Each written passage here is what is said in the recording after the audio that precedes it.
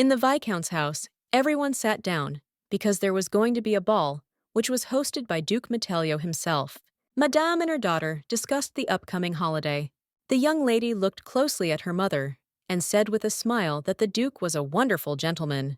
Madame smiled and said that he, as the most avid bachelor in high society, should interest her. Everyone was excited for the holiday, with the exception of one person, the youngest daughter of the family, Adette Bercy. The young lady sighed heavily, as she did not want to go anywhere at all. She knew that her sister would be better suited for the Duke. Madame said that she was worried about her daughter, since she had not received a single proposal for a long period. Madame looked closely at her daughter and said that she should get married this year. The young lady in turn fell to the ground. Everyone rushed to her with the speed of lightning. Viola, looking at her mother, said that her sister was worried. Adette knew that her sister was just an angel. Madame was shocked. She did not expect this, because she knew that her daughter could miss a great opportunity. A moment later, she actually started coughing very hard. Madame told the assistant to call the doctor and give the young lady some rest. As Madame was leaving, she called her daughter since they were already late. Sasha looked at her sister and asked if she was okay. Lady said she just needed some time to rest alone. The young man was puzzled because he understood that this situation was not pleasant. The young lady in turn quickly took off her exquisite outfit and changed clothes. She hoped that such an outfit would be enough. He looked at the lady closely and said that Madame was still here, and he was worried that they might meet by chance. She said that they need to take a risk. The young man sighed heavily and said that this time he had a bad feeling. She looked at him intently and thanked him with a smile, but still said that if they want to provide for their family, then they have no choice. She smiled and said that she was surprised. This disguise is very convenient. The young lady said with a smile that this time she would definitely get the Duke's consent. This life, her fifth reincarnation.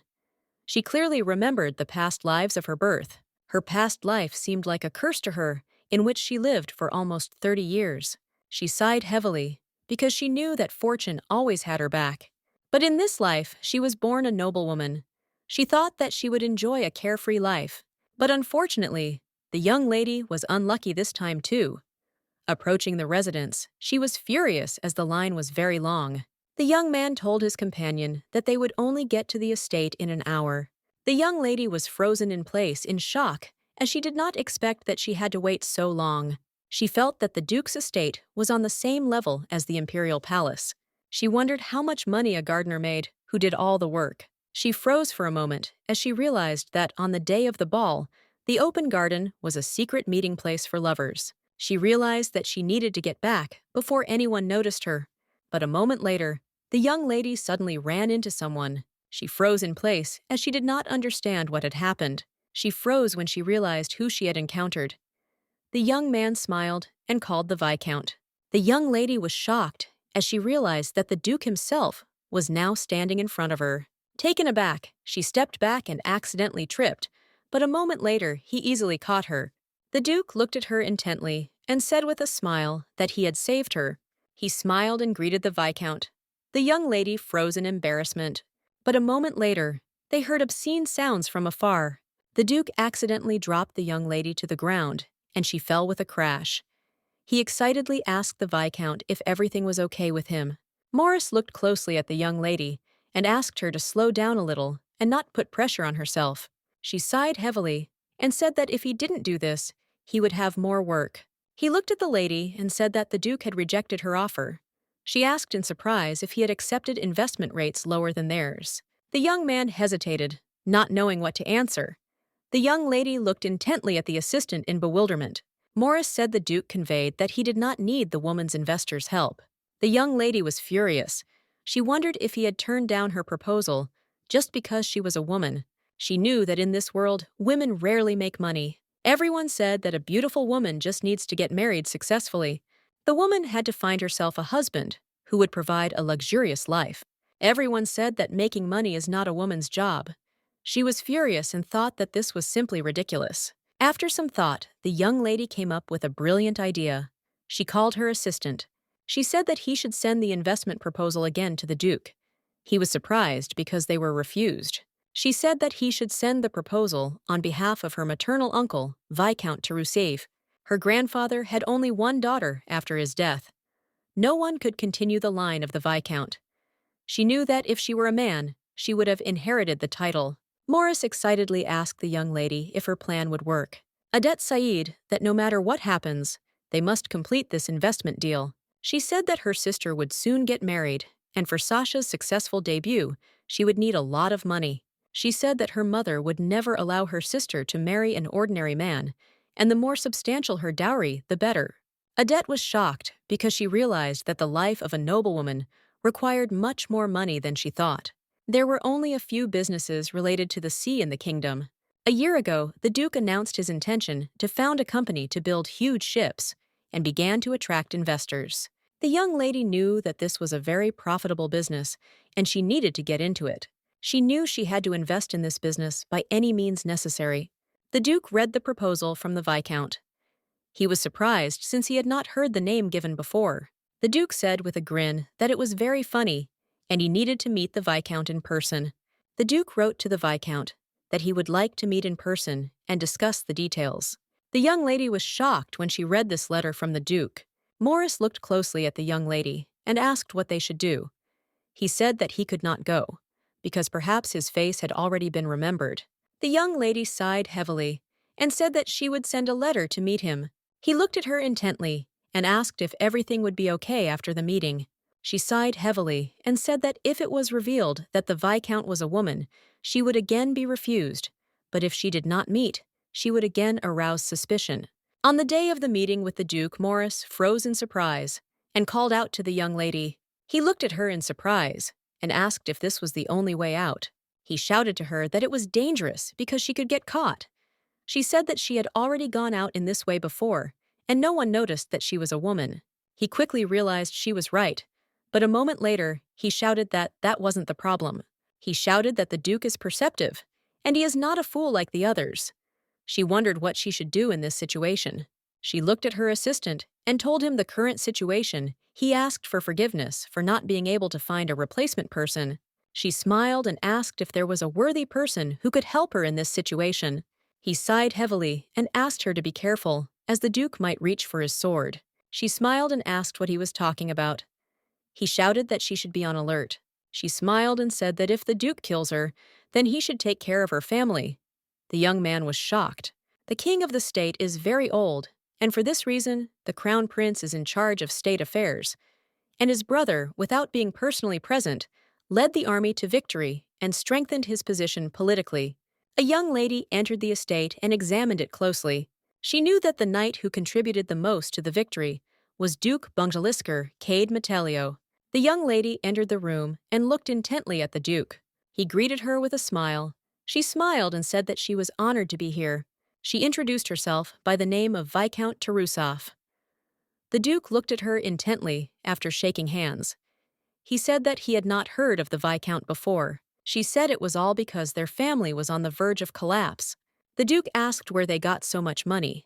She said that it was left from her cousin's deceased husband. The Duke smiled and asked the Viscount if he knew her sister. She became nervous. The young lady froze in place and wondered if he knew about their family.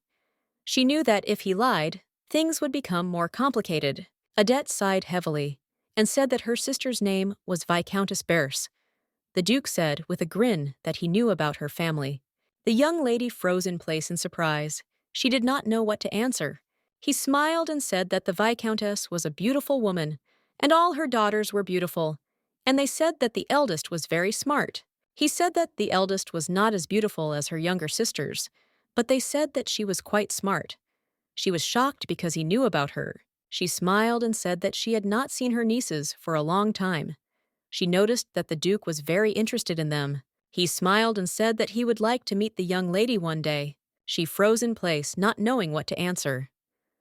Looking at the Duke, she said that even if a girl is a genius, she is still a woman. She said that since ancient times, a woman just needs to get married using her beauty. The Duke sighed heavily and said that he thought differently.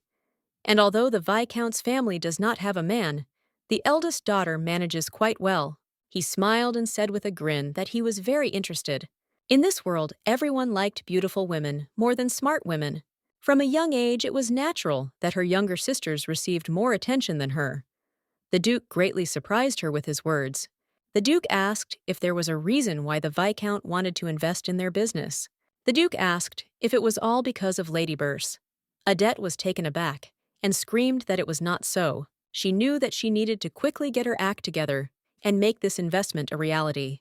She looked closely at the Duke and said that she believed in the value of maritime shipping. She said that their country has achieved significant growth on the continent, so a new era will undoubtedly begin soon. She said that at times like these large and reliable ships are needed most. She looked closely at the Duke and said that she would like to invest in the Duke's business and build an iterative of ships. He asked if she really wouldn't have invested if it weren't his business. He wondered why that was, since she loved the sea so much. She said that building ships is difficult, and ships require time and money, as well as advanced technology. She looked at the Duke and said that this is not something that everyone can do.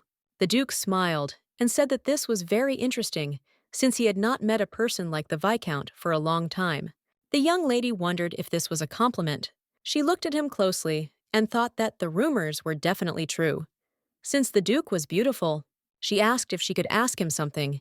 He said that she could ask, but he would decide whether to answer or not. She asked why he attracts investors if he can handle everything himself. He looked closely at the young lady and said that this project was a state project. She looked at him in bewilderment. A moment later, she realized what she was talking about, that building ships was an attractive business. But since it could become a weapon against the royal family, if the Duke continues alone, he may face scrutiny from the royal family. She said that she understood everything. The Duke smiled and told the Viscount that he grasped everything on the fly. The Duke smiled and told the Viscount that if he didn't mind, he would like to meet again.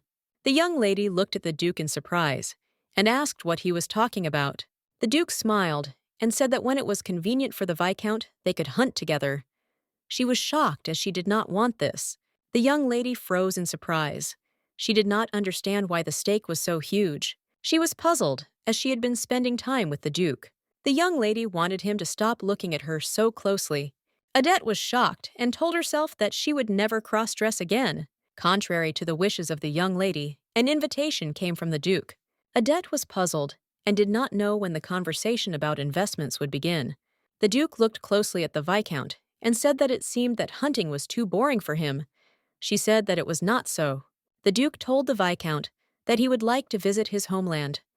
Since he had not seen the sea for a long time, the young lady looked away and did not answer. She stared at the Duke and wondered why he was giving her puppy dog eyes. She sighed heavily and said that he could come to her at any time.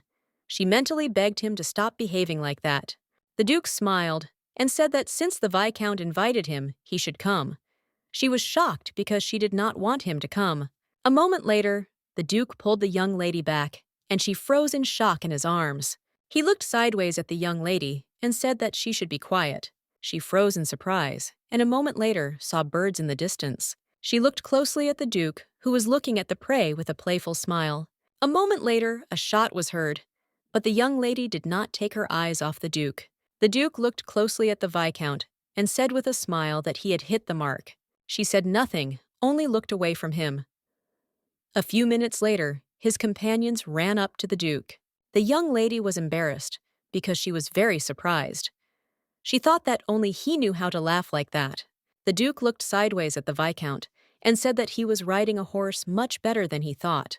The young lady looked at the Duke with a smile and thanked him.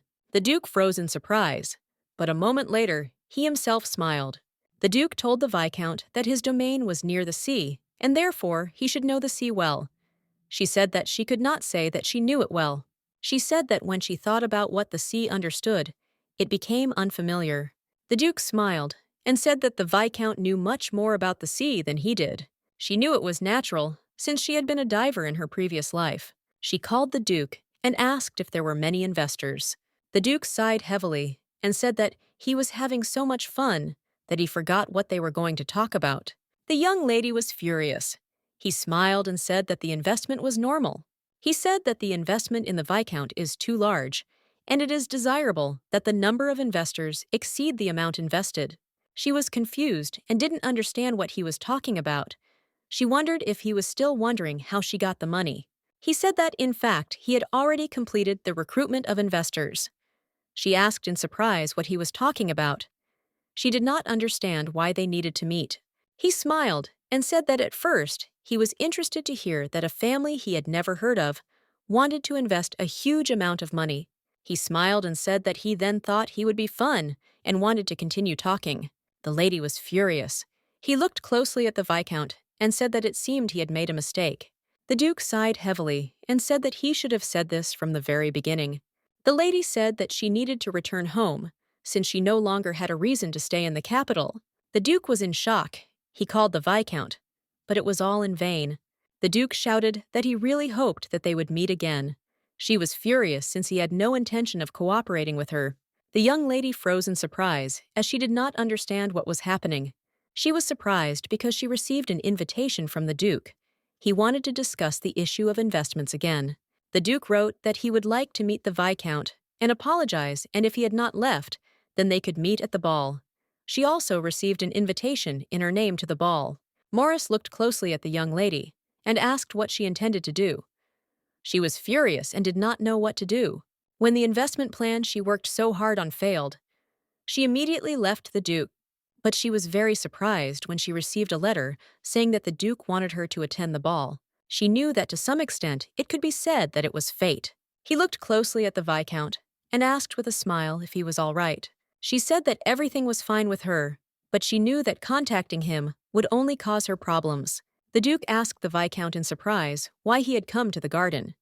She said that she was bored in the carriage, and so she decided to take a walk. He looked intently at the young lady, without taking his eyes off her. The young lady looked at him in bewilderment, as she did not understand why he was looking at her so intently. She wondered if he thought she was on a secret date. She was in shock, wondering who she could possibly have met. She thought that it was probably much more suspicious that the Duke was here at such an interesting time. He looked closely at the Viscount and said that he was looking for a blonde man. He asked if he had seen him. She said that she had not seen anyone like him. She saw that he was creating a smokescreen in case of a scandal over a meeting with a woman. He smiled and said that they could meet a little later at the holiday. She slowly entered the hall and heard how everyone admired the holiday. Everyone admired the wonderful holiday, which was organized even without the hostess of the house. Madame looked intently at all the guests present and said with a smile that she really hoped that they liked everything. The Countess said that since there was no mistress in the house now, she helped a little with the holiday. Everyone praised her. The ladies were discussing who the Duke would dance with today. The Countess smiled and said that she was also interested in who he would dance his first dance with. The young lady wondered if they knew about the Duke's arrogance. She knew that the lady who would become the Duchess would not have it easy. A moment later, she heard someone calling Lady Burse. She froze in surprise. Turning around, she saw her beautiful sister in the crowd of young people. She froze in surprise as she thought that someone had called her. All the ladies said that Viola was very beautiful, and many people were courting her, and they were wondering who she would marry. The young lady looked sideways at everyone present.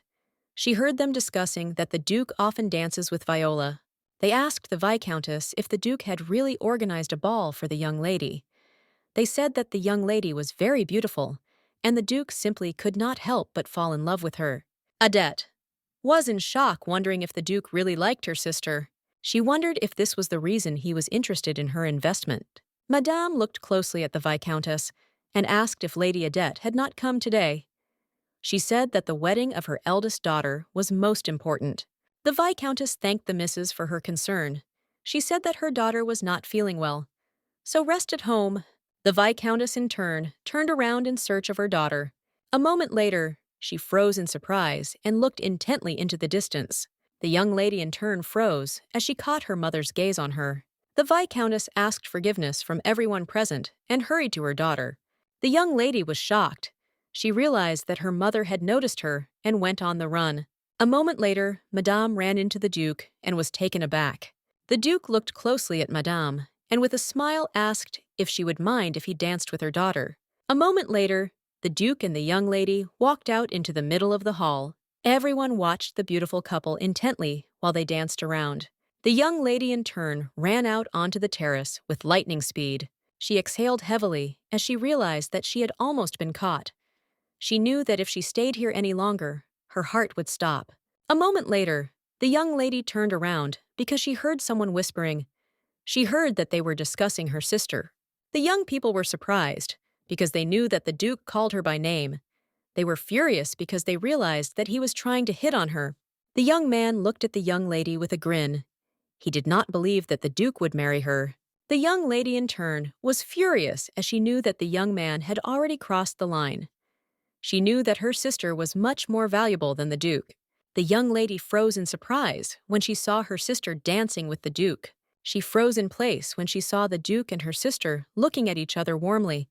She was shocked and wondered if the Duke of the Guardian was really interested in her sister. She did not know what would happen to her in that case. She stood quietly on the sidelines while everyone discussed the Duke and his companion. A moment later, the Duke saw the young lady and gestured that they needed to talk. She looked at the Duke puzzled and didn't even move from her place. The man quietly approached the young lady and said that the Duke was calling the Viscount to talk. Madame looked intently at the Duke, who was leaving with the Viscount. She looked at the Duke in surprise and asked if he really accepted her investment.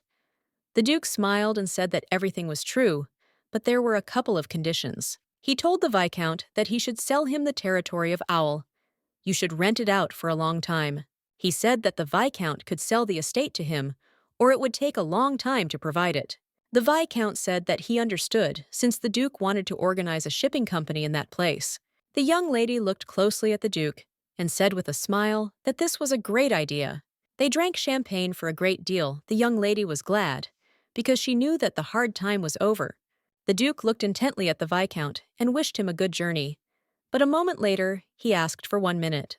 The Duke looked closely at the young lady and said with a smile that he would like to see her in a dress next time. At the same time, he called her the eldest daughter of Viscount Burse. The young lady was shocked. The satisfied Duke returned to the estate, while the young lady screamed indignantly in the carriage.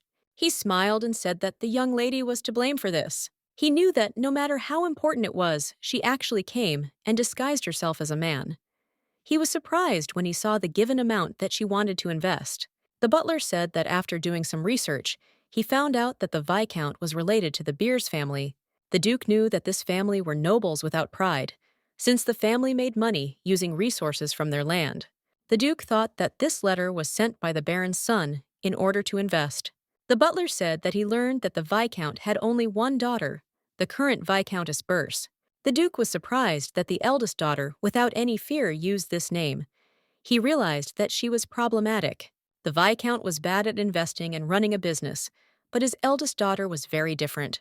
The Duke was surprised because he could not think that she would come to him dressed as a man. When he inquired again about their family, he found out a lot of what he wanted. The lady had an amazing naive side. Adette was shocked because she realized that the Duke knew that she was a girl. Morris excitedly asked the lady if everything was okay with investing. Adette wondered since when he knew she was a woman. The young lady was in shock and simply could not believe everything that was happening. Madame looked at her daughter and asked if she was okay there, as she had heard screams from her room the previous night. The young lady asked her mother for forgiveness, as she was not feeling well last night, but she is fine now. Madame smiled and said that it was clear that she was working hard for the benefit of their family. She smiled and said that thanks to the young lady, they could live a luxurious life. Madame said, with a soft smile, that she did not need to put much pressure on herself. The young lady looked at her mother, with tears in her eyes, as she was pleased to be taken care of. She knew that if her mother found out that she had dressed as a man, it would be a shock to her. Madame smiled and said that Viola danced yesterday with a stunning young man, with the Duke himself. The young lady said callously that it must have been very nice. Madame smiled and said that lately the Duke has only danced with her, and everyone is very jealous. The young lady inhaled as she saw everything perfectly with her own eyes. Viola looked closely at her sister and said with a smile that the Duke asked about her. Adette froze in surprise in place. Viola said with a smile that the Duke was interested in her affairs. Madame was surprised that her daughter was dating the Duke. The young lady smiled and said that she met him by chance because of investments. Viola told her sister that the Duke praised her very much, and he said that she was much better than most men in business. The young lady was shocked. She wondered if he was just mocking her. She was unaware of his intentions. Madame told her daughter that there will be many events in the next month. She smiled and said that she would prepare everything necessary. She smiled and said that her sister would soon receive an offer, and they could buy as many outfits as they wanted. Madame looked closely at her daughter and asked if she shouldn't get married this year. The young lady was shocked as she was forced to try on outfits. The Viscountess asked Madame what was in fashion. Now Madame smiled and told about all the new products. The young lady glared at her sister and called out to her. The Viscountess begged Madame to make the Junior League's breasts larger. The Viscountess wanted Madame to add more elaborate ribbon decorations. The young lady sighed heavily. She knew that in this life she would never get married. Unfortunately for her, when she got married, she died all the time. In all previous lives, when she died young, there was one more thing in common. On her wedding day, according to her plans, she was executed because of the revolution. In the next life, without thinking, she was quickly sold into a concubine. But unfortunately, she died that day due to the invasion of Japanese enemies. In her next life, the day she decided to marry a man whose face she didn't even know, the Korean War broke out, and she died again.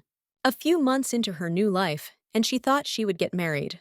But in the end, everything turned out as it always does. Unfortunately, she suffered the same fate as in previous lives.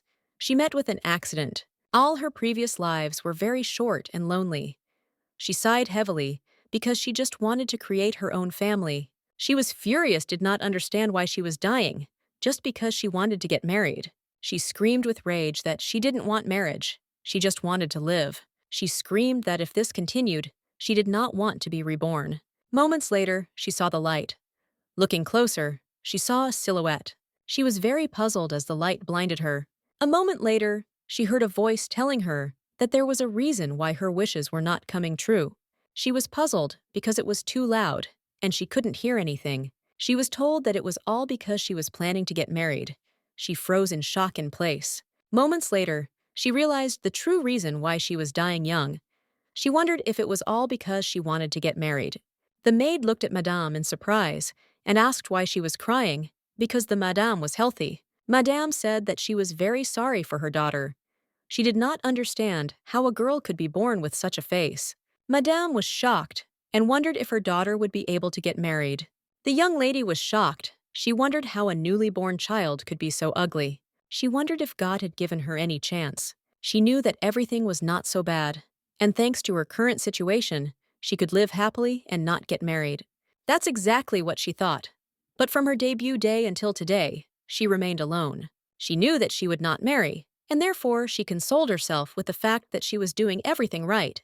Madame asked her daughter what she thought about the Viscount. Although they have a small age difference, he is lonely. The young lady was shocked and wondered if there wasn't a big age difference between them. A moment later, Madame stared at her daughter and asked what she thought about Mr. The young lady was shocked. She learned that this was all useless, since even such men would not be interested in her. Madame looked at her daughter and with a smile asked her to wait a little. The young lady knew that soon her mother would give in and everything would be fine. A moment later, she heard some noise. She turned around and saw her sister dancing. All the men said that the young lady was dazzling, and they really wanted to dance with her. A moment later, the young people said that the first daughter of Burs was present at the event today. For some time, they discussed and compared the sisters. The young lady was furious, because the young people did not shine with beauty. She looked into the distance sadly, because for this reason, she hated going to this event. Madame looked closely at her son and called him. The young man greeted the Viscountess with a smile. Madame smiled and said that they had not seen each other for a long time. The young lady in turn froze in place with surprise, as she understood that the mother was looking for a husband for her. Madame looked closely at her daughter and called her with a smile. She smiled and said that it was very opportune that her daughter was nearby. Now she called her. The young man froze in shock in place. He looked at her with contempt. A moment later, the young lady came closer to her and introduced herself with a smile. Madame smiled and said that the young lady had high manners. Madame looked at her son and said with a smile that he should ask her to dance on the top of the lady. The young man was in shock, and he saw his friends mocking him on the sidelines. The young lady in turn was furious. She wanted them to stop since she didn't even want to dance. The young man slowly approached the young lady and asked if she wanted to dance. But a moment later, everyone froze in surprise as they saw the Duke. The Duke slowly approached the young lady and, with a radiant smile, asked if she would give him her first dance. Adette froze in place with embarrassment. She was surprised and did not expect this. The Viscountess looked closely at her daughter and said that the Duke extended his hand to her. A moment later, the young lady finally agreed to dance with the Duke. Everyone stared at them for a while. He smiled and said that she was not only good at riding horses, but also at dancing. He called with a smile her still. But a moment later, he addressed her like a lady. The young lady sighed heavily and said that he seemed to have strange hobbies. She looked at him and said that she would have preferred it if he had told her this from the very beginning. He just laughed.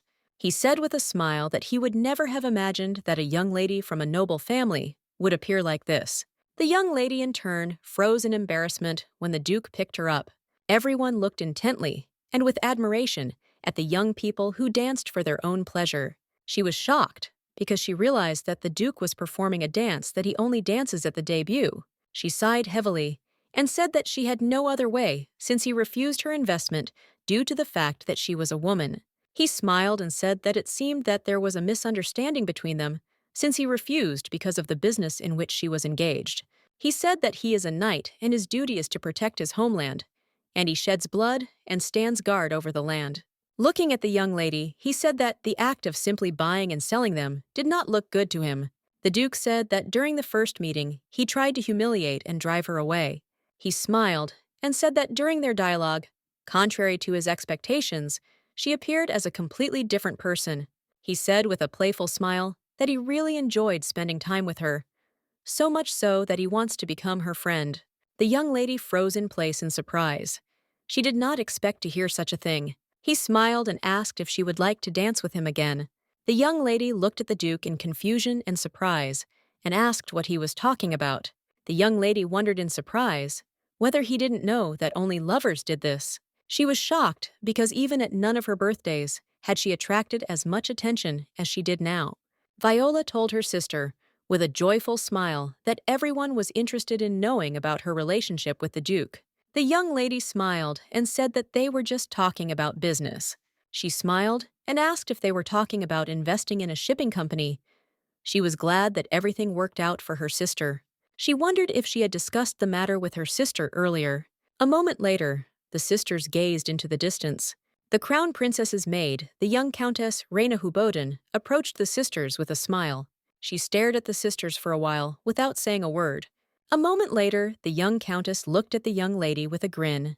Adette froze in surprise and wondered if the young lady was laughing now. The countess smiled and told the young lady that she was even more beautiful up close. She said that there were rumors about her engagement to the Duke. She looked at the young lady with a grin and said that he had danced twice with the one who was her older sister. The young lady froze for a moment in surprise, as she realized that now it was not surprising that the countess had approached them. The countess looked at Viola with a smile and asked if the Duke was courting her, or if it was all just rumors. Viola looked closely at the countess and said with a smile that she was not sure whether she should answer this question. The countess looked at the young lady with fury, as she did not expect this. A moment later, she said that it seemed that even the Duke had gone crazy over her beauty. She looked at the lady with contempt and said that if she only had one beauty, then he would quickly get bored with her. Adette was shocked, as she did not expect such a reaction after a couple of dances. A moment later, silence reigned in the hall. The young ladies looked intently into the distance. Everyone fell silent and parted to make way for the prince and Duke. The young lady was frozen in place in surprise as she saw second Prince Wishat Cainix for the first time. Viola looked at her sister and said with a smile that she saw the prince for the first time. Adette smiled and said that she also saw him for the first time. They noticed that the Duke was next to the Prince. Viola said that he was amazing. The countess approached them with the speed of lightning. Adette knew that if her sister was with the Duke, their family would become related to the royal family. She knew that if they did, their business would prosper. She knew that she needed to stick with the Duke. The young people slowly approached the lady. The Duke called Lady Bercy. Viola asked permission to introduce herself. The prince smiled and said that the rumors do not lie, and she is a diamond of Soviet society. The Duke smiled and said that the eldest daughter of the family was also present. The young lady smiled and introduced herself. She said that she was the eldest daughter of the family, and her name was Adette. The prince looked closely at the young lady and asked with a smile if she was the pumpkin. The duke froze in place with shock. Everyone present looked at the young lady in surprise. The young lady in turn was furious as she did not expect to hear such a thing. The prince smiled and said that he had heard a lot about her from the duke. He said that he had heard that she was very smart, and that is why he wanted to meet her. The duke looked intently at the prince and asked him to step away for a moment. The prince smiled and agreed with him. The duke looked sideways at the young lady, but said nothing. The young lady in turn looked angrily at the duke.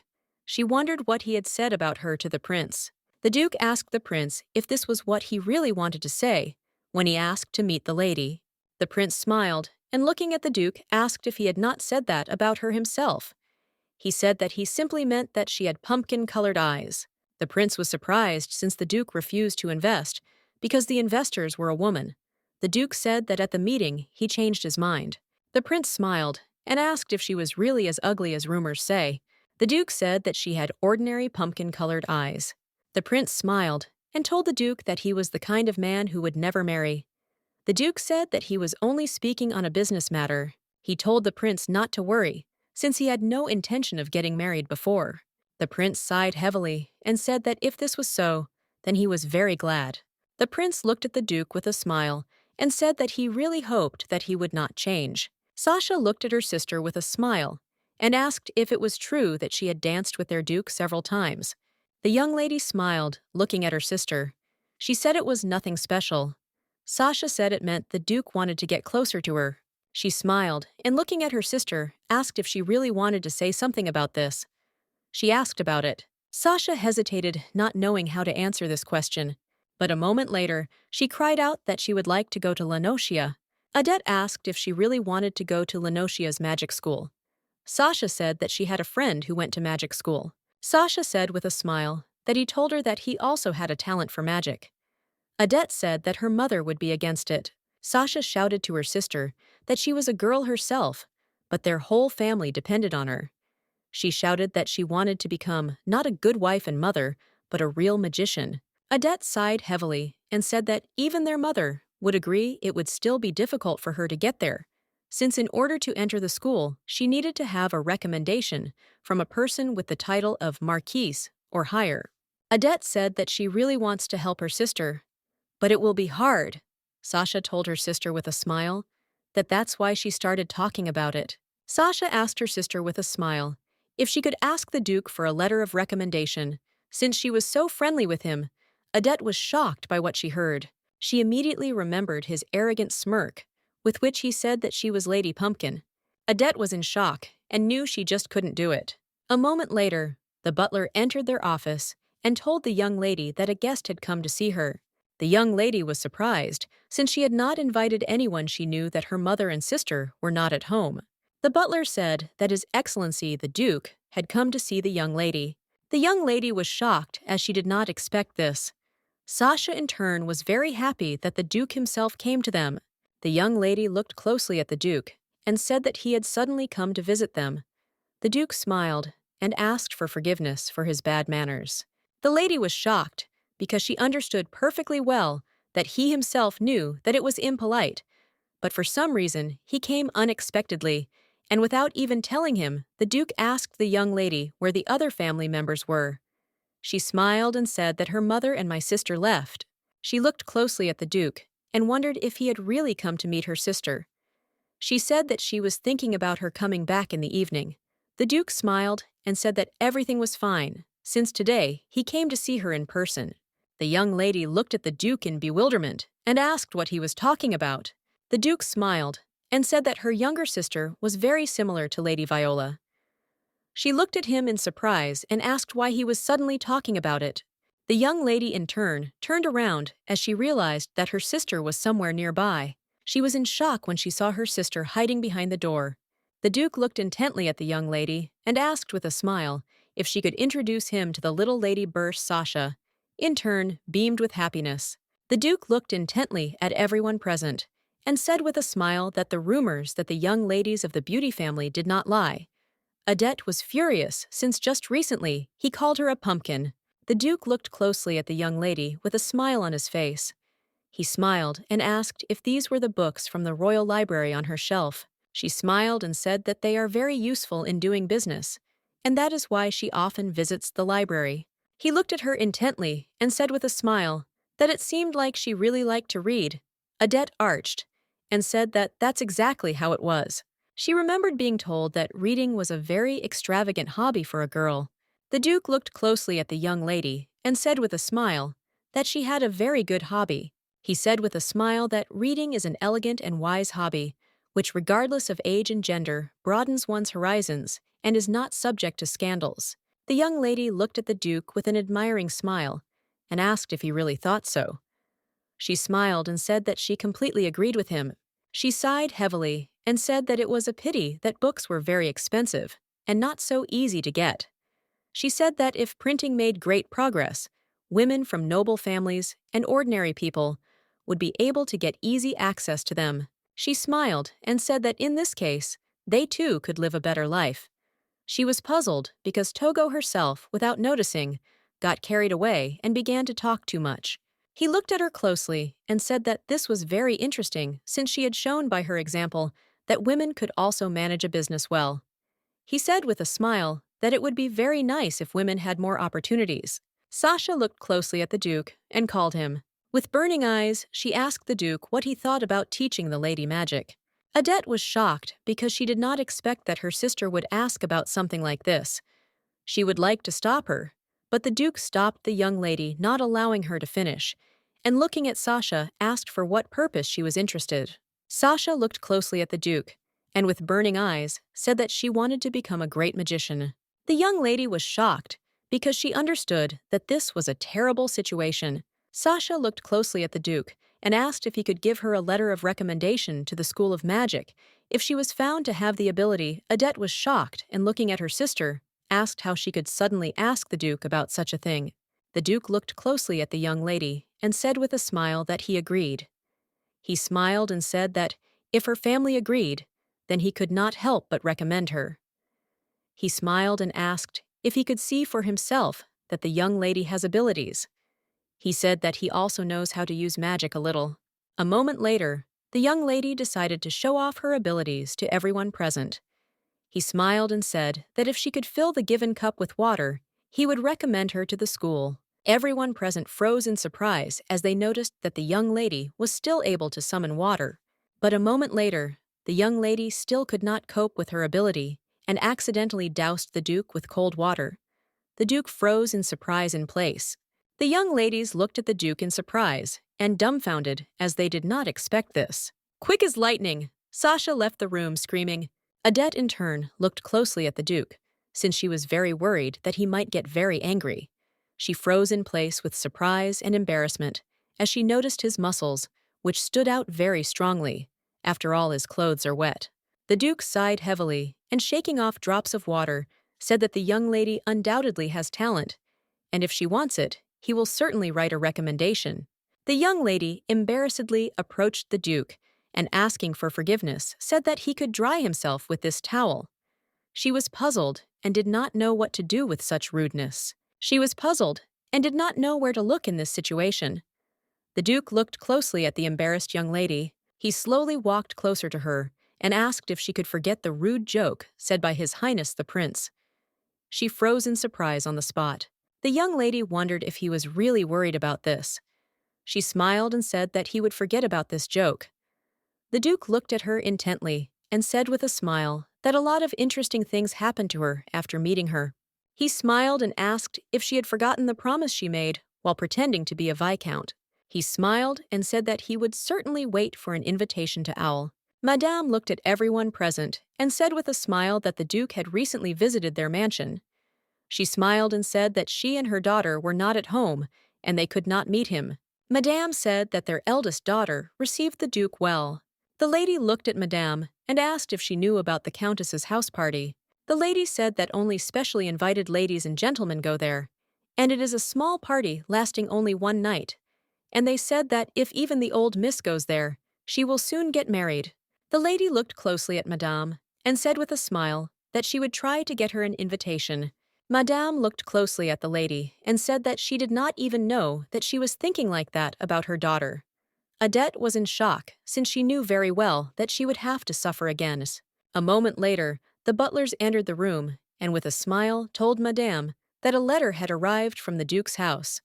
Madame smiled as she was very happy. Madame said with a smile that the Duke really wanted to take a walk with her daughters.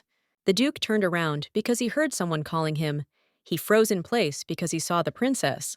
Crown Princess Alcana, Elvonge, looked at those present with a smile and told the Duke that they had not seen each other for a long time since he had not appeared in the palace.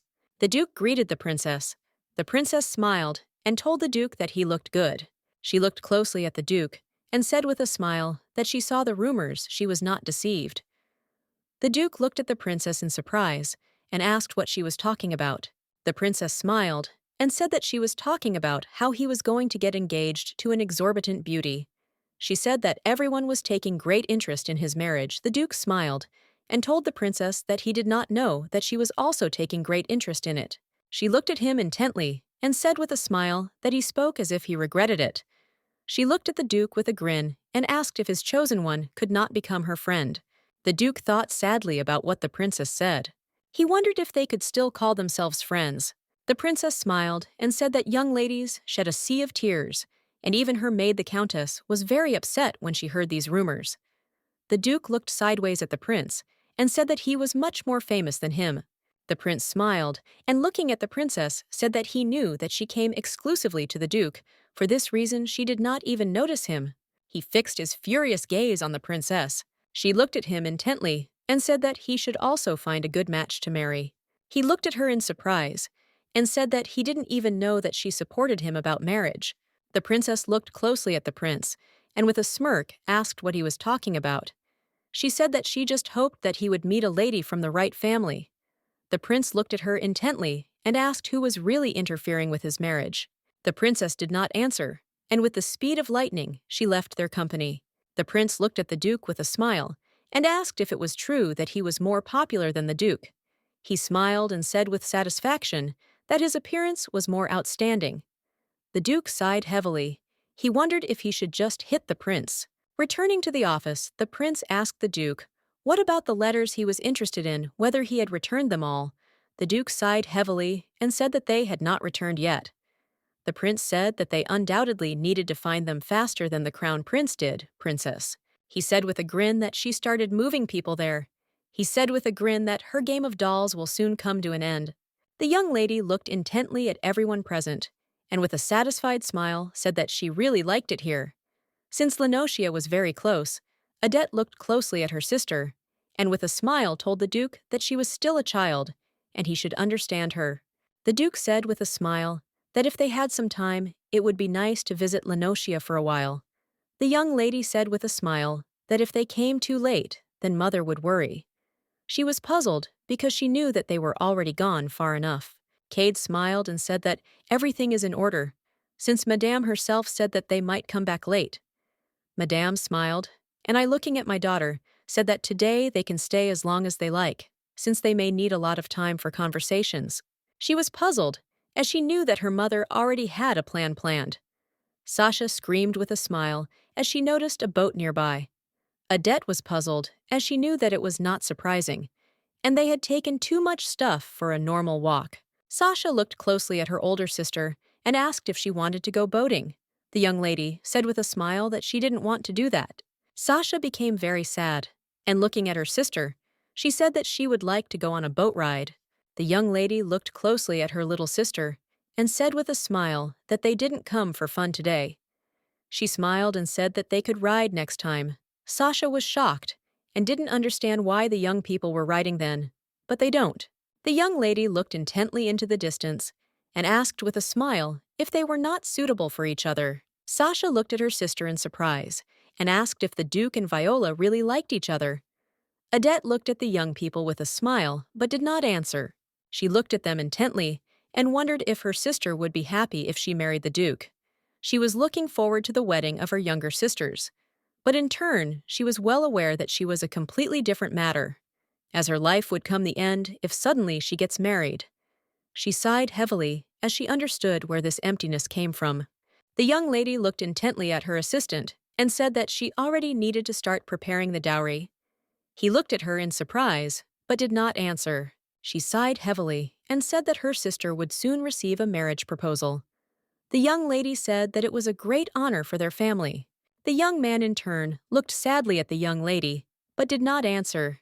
The Duke looked intently at everyone present and said with a smile that too much time has passed, and if they want to go to Lenocia, they need to go right now. Sasha agreed with the Duke with a smile. Adette told her assistant that upon arrival, she needed to give an invitation to the Duke. For this reason, it was necessary to decorate the residence. Morris looked at her closely and agreed. Adette said that the eagle owl does not collect many taxes. She was surprised and wondered what people in this territory do for a living.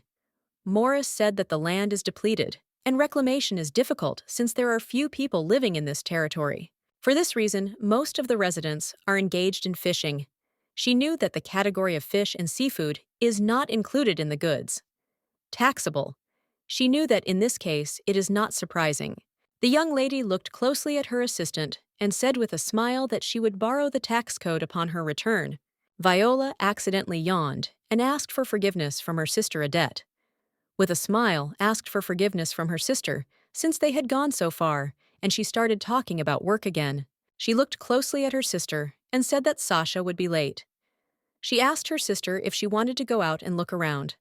Viola smiled and said that she was very tired, so she would rest in the carriage. Adette looked closely at her assistant and asked with a smile if he wanted to go for a walk.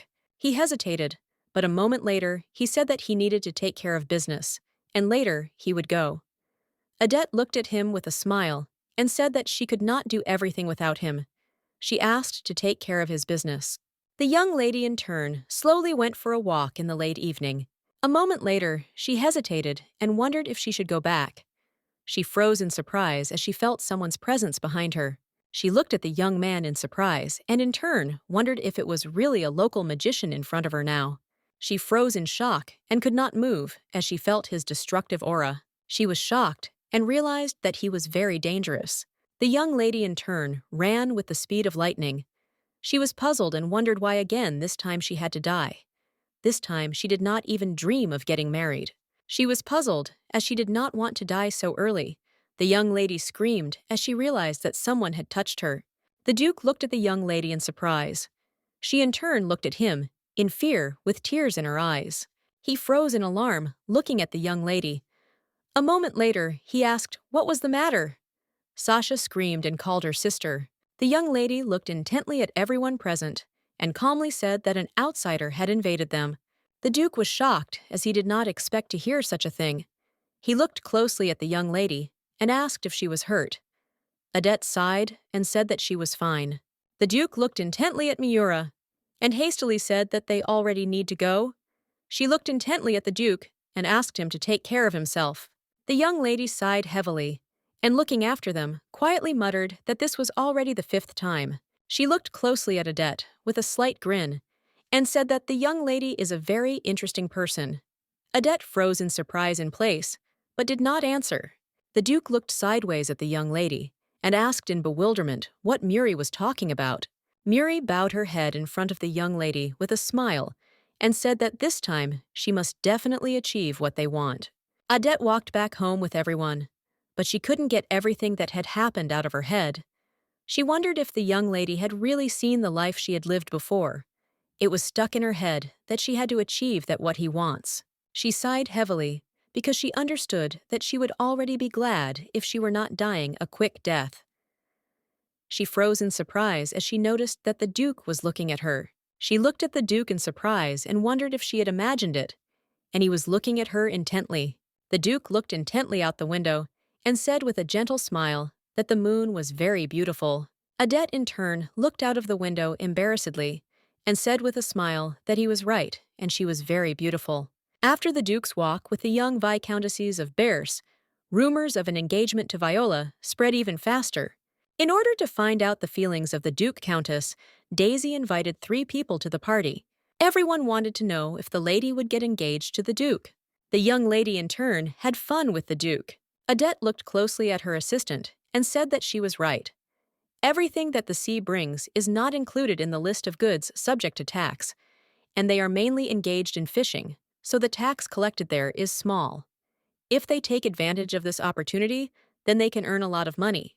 The Duke glared at the young lady with a smile on his face, while Morris in turn glared at the Duke. The young lady looked at her assistant in surprise and called him. He was taken aback and answered his mistress with the speed of lightning. A moment later, he said that they could visit this land now, and it would be nice to take a look at the newly annexed lands. The young lady sighed heavily and said that that was right. She glanced sideways at the Duke and her sister, who were having fun. A moment later, she looked at the young lady. She was to some extent the same as before. A moment later, a young man approached the young lady and greeted her with a smile. Adette looked at the young man in surprise. After dancing with the Duke, ordinary men began to greet her first.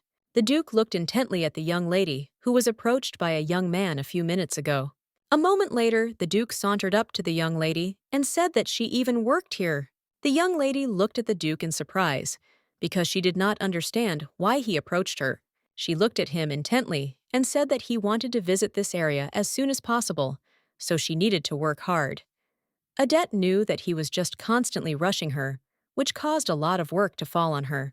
Viola looked at the Duke closely and said with a smile that he should understand her sister. She said that her sisters had a lot of work, so she didn't even want to come, but their mother forced her to go to this event. The young man with the speed of lightning switched to the young lady. Adette froze in place, amazed by the spectacle. Viola looked closely at the young man, and with a smile asked if she had accidentally interrupted his conversation with his sister. The young man smiled and said that this was not so. The Duke sighed heavily and said that unfortunately, he too was forcibly dragged to this holiday. Madame looked closely at the Duke and said with a smile that it seemed like he didn't want to come, but still in the end he was here. She said that he would never marry, so she had no choice but forcefully drag him to the holiday. He looked closely at his aunt and said with a smile that he would like to introduce the young ladies to her. He looked closely at the young ladies and said with a smile that he would like to introduce them to his godmother, the countess. He smiled and said that she was also the organizer of this party. The young ladies thanked the countess in unison for the invitation. The countess gazed at the young ladies with a smile on her face, as she knew that they were the ones in whom the Duke was showing interest. Viola looked closely at the countess and introduced herself with a smile. The countess looked at her intently as she realized that it was she, the Duke's chosen one. Adette, in turn, also introduced herself. The countess looked intently at the young lady. A moment later, she realized that the lady was the same aristocrat whom she had seen earlier at the ball. Madame looked closely at the Duke and said with a smile that she was very happy, but her preferences had changed again, so she was thinking of postponing his wedding. The Duke looked at his aunt in surprise, as he did not expect to hear such a thing. She looked intently at the ladies present and asked if she should tell them the special reason for opening this party. She smiled and said that here and now it is not the parents, but they themselves can choose a couple for themselves. Madame said that upon returning to the room after the end of the party, they should take the silver candlestick, which stands in the hall, and they should wait for the man they liked, and the lady they liked should light the candle. This is a promise to go on a date tomorrow morning. She looked at everyone present and said with a smile that she really hoped that they would meet their true couple here. The young lady was in shock. She did not want to meet anyone even under the threat of death. Viola looked closely at her sister and called her. She asked her sister if she had heard what the countess said, that the Duke did not want to marry. Adette looked at her sister in surprise and said that this simply cannot be. After all, the Duke fell in love with her. Viola looked at her sister with a smile and asked if she really thought so. Adette looked at her sister and said that, of course, everything was exactly like that. She knew that otherwise the Duke would simply have no reason to show kindness to her. The young lady slowly left her sister with a smile on her face, but a moment later, she froze in place in surprise, as she did not expect to see something like this.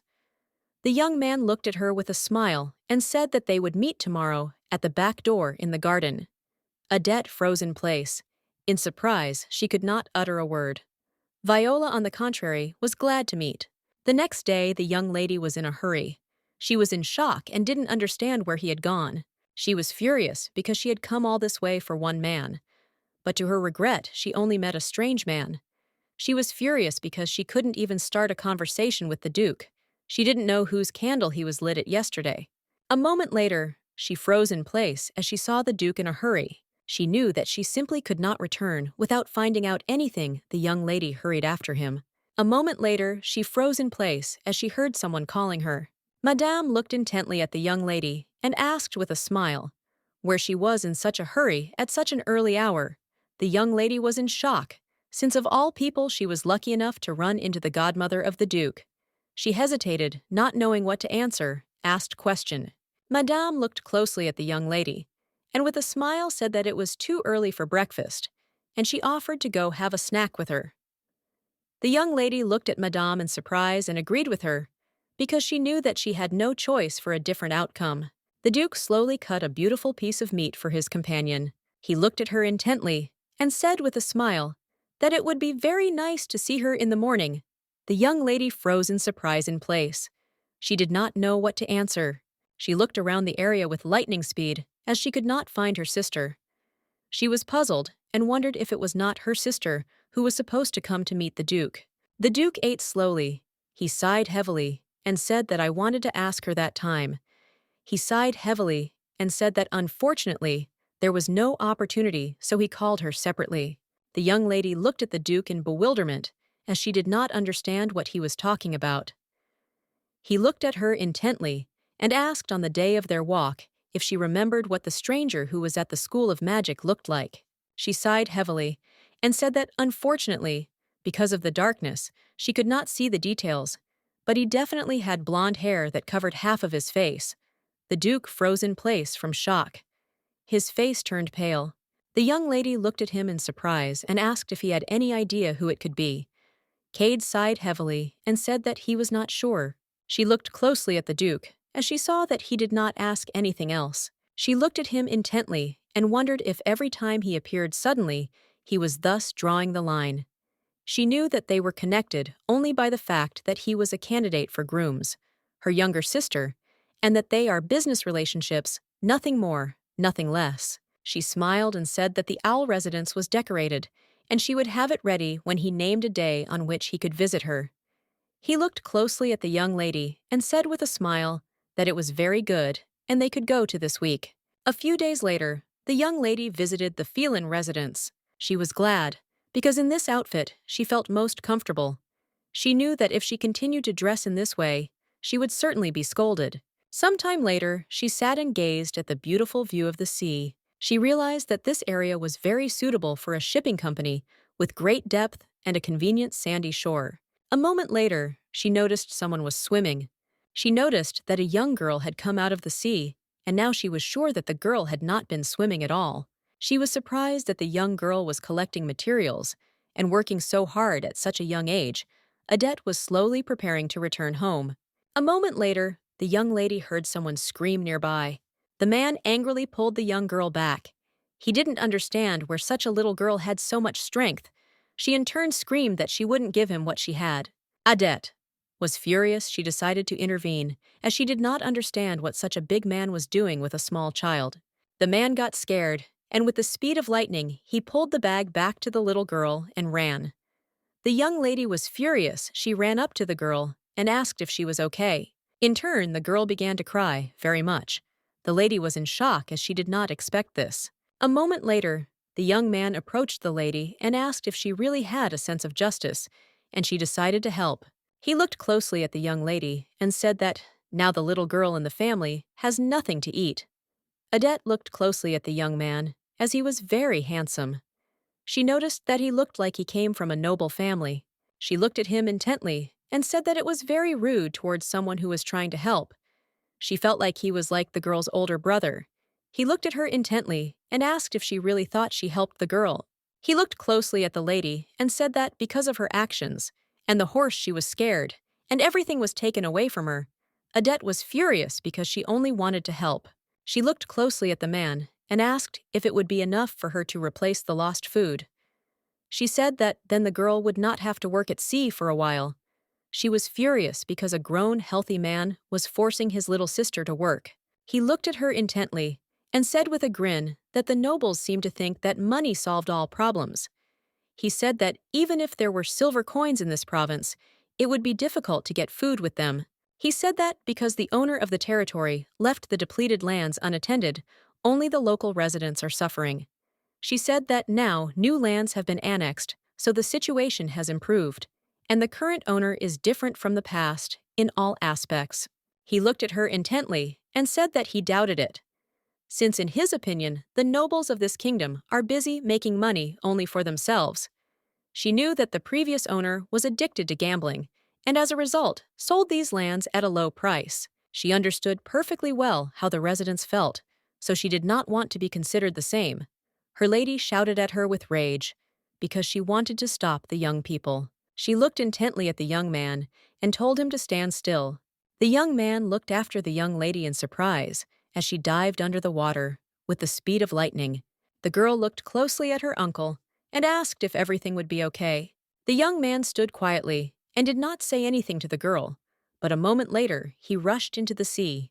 A few minutes later, he saw a young lady emerge gracefully from under the water. The girl was shocked as she noticed the young lady. Adette looked at them with a smile as she was pleased with the catch. The girl ran closer to the young lady with the speed of lightning. The young man looked at her intently. Adette gave the young girl all her catch. The little girl was very happy because she knew that now she had food. The maid was surprised and excited, looked at the mistress, and asked what happened to her. Since she was in men's clothes, she was also all wet. Adette Tillo sighed, and looking at the maid, said that she was very tired and asked her to get ready for bathroom. The maid looked closely at the young lady and said that a guest had come to her. Adette was surprised, since she was not expecting any guests at all. A moment later, she saw the Duke in all his glory. The Duke looked at the young lady in surprise and said that she had finally come. He looked at her in surprise, but a moment later he embarrassedly looked away and said that it had not rained, but she was very wet. Adette froze in place with embarrassment as she realized that she was standing in front of him in an ugly form. She sighed heavily and covered herself with the cape. She sheepishly asked him if he wasn't supposed to come in a few days.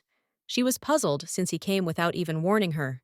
The Duke sighed heavily and, looking at the young lady, said that unfortunately his schedule was confused. He sent her a letter, but unfortunately he got ahead of the letter itself. She was puzzled since he told her that he did not do it on purpose, but still sent the letter. The young lady in turn was very angry with him since she saw that he did not see any problems in this situation. The maid looked closely at the young lady and said that her bath was ready. Adette looked at the maid with joy as she had arrived on time. The Duke looked at the lady and asked where the other family members were. She smiled and said that they should arrive in a few days, and she also said that her sister would be coming. He looked at her closely and said that it seemed that she really wants him to become part of her family. She looked at him intently and asked with a smile if there was anyone in their kingdom who did not want to become related to the Duke himself. He looked at her intently, with a smile on his face. She was puzzled because she didn't understand why he asked such a question, knowing the answer right away. Adette smiled and asked what he thought about horseback riding tomorrow. Hart hesitated and said that he agreed.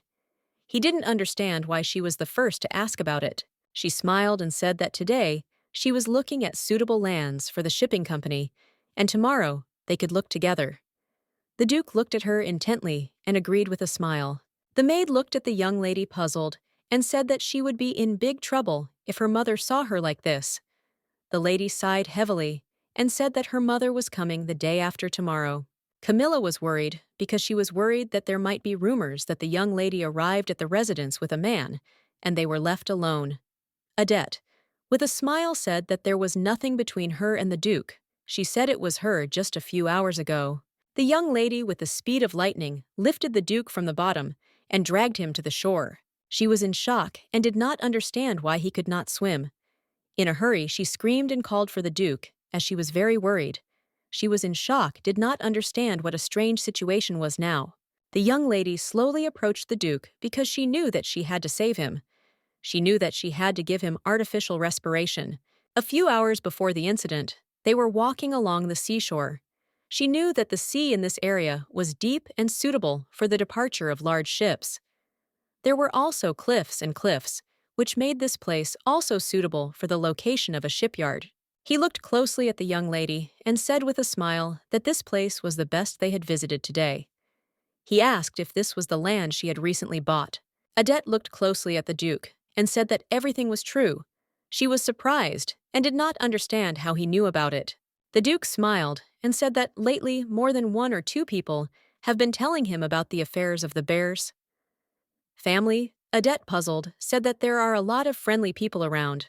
She looked in surprise at the Duke, who approached the young guys. He looked at them closely and asked with a friendly smile on his face, could he borrow a boat?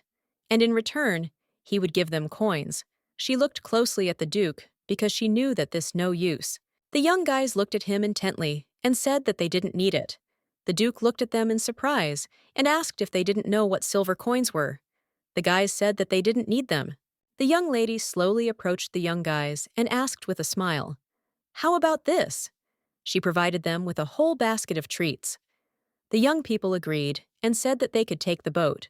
She looked closely at the Duke and said that food was better for them than money. She was surprised and did not understand why the Duke needed a boat. He looked at her intently and said with a smile that he had not been able to go boating near the lakeshore recently. For this reason, he wanted to take her for a ride now. The young lady looked at the Duke in surprise. She was embarrassed and amazed, as she did not expect to hear such a thing from him. Some time later, they swam carefree on the sea. The Duke gazed at the young lady, and meanwhile she looked at the children who were frolicking on the shore. The Duke thought for a moment and said that he would like to rent a boat in a place where he would go out with the young ladies of the Burse family. The butler looked at the Duke in surprise. He thought that the young lady liked boats. He looked closely at the young lady and said that he had heard that she liked the sea, so he thought that she liked to sail on it. He sighed heavily and said that it seemed that he was mistaken. The young lady was taken aback and embarrassedly said that this was not true at all, and she liked everything very much.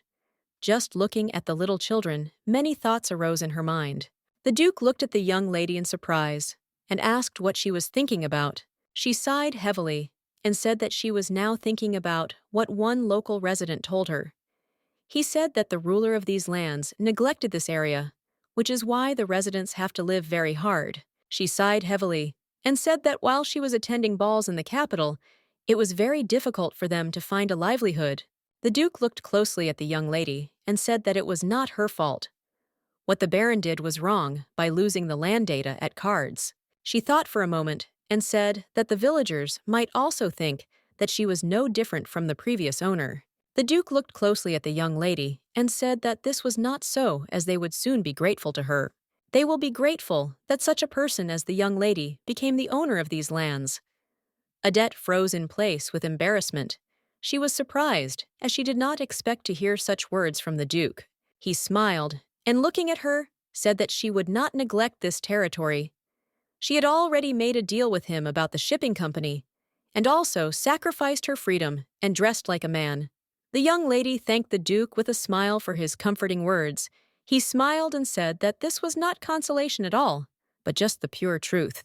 She looked at him intently and asked with a smile if she could propose to him again. He looked at her closely, with a smile on his face, and said that he was listening to her. She smiled and said that this place is suitable for the location of a shipyard, but it is far from the village, so it will be very inconvenient for the workers during construction. The Duke sighed heavily and said that he had not thought about this problem yet. She said that she would prepare housing and a dining room for the builders. Looking at the Duke, she asked with a smile what he thought about this. She said that in this case, care must be taken to maintain public order in the city, since there will be more thieves than she thought. He smiled and said that he agreed with her, and upon returning to the capital, he would ask for a garrison. And if things went well, then these lands will soon become very lively. The young lady looked around the area with a smile. She was glad that everything was going so well, but a moment later she froze in place and wondered how far they had sailed from the shore.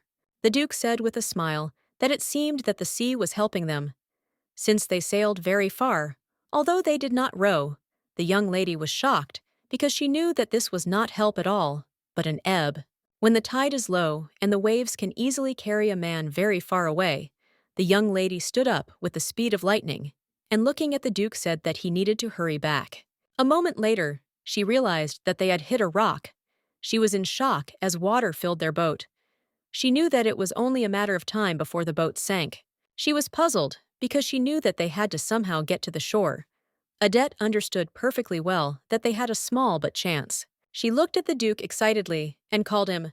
The young lady in a hurry asked if he could swim, but a moment later she froze in shock as she saw the Duke drowning. She screamed and called for him, but it was all in vain. With the speed of lightning, the Duke plunged under the water. The young lady in turn was not at a loss, and with the speed of lightning plunged after him in order to save him.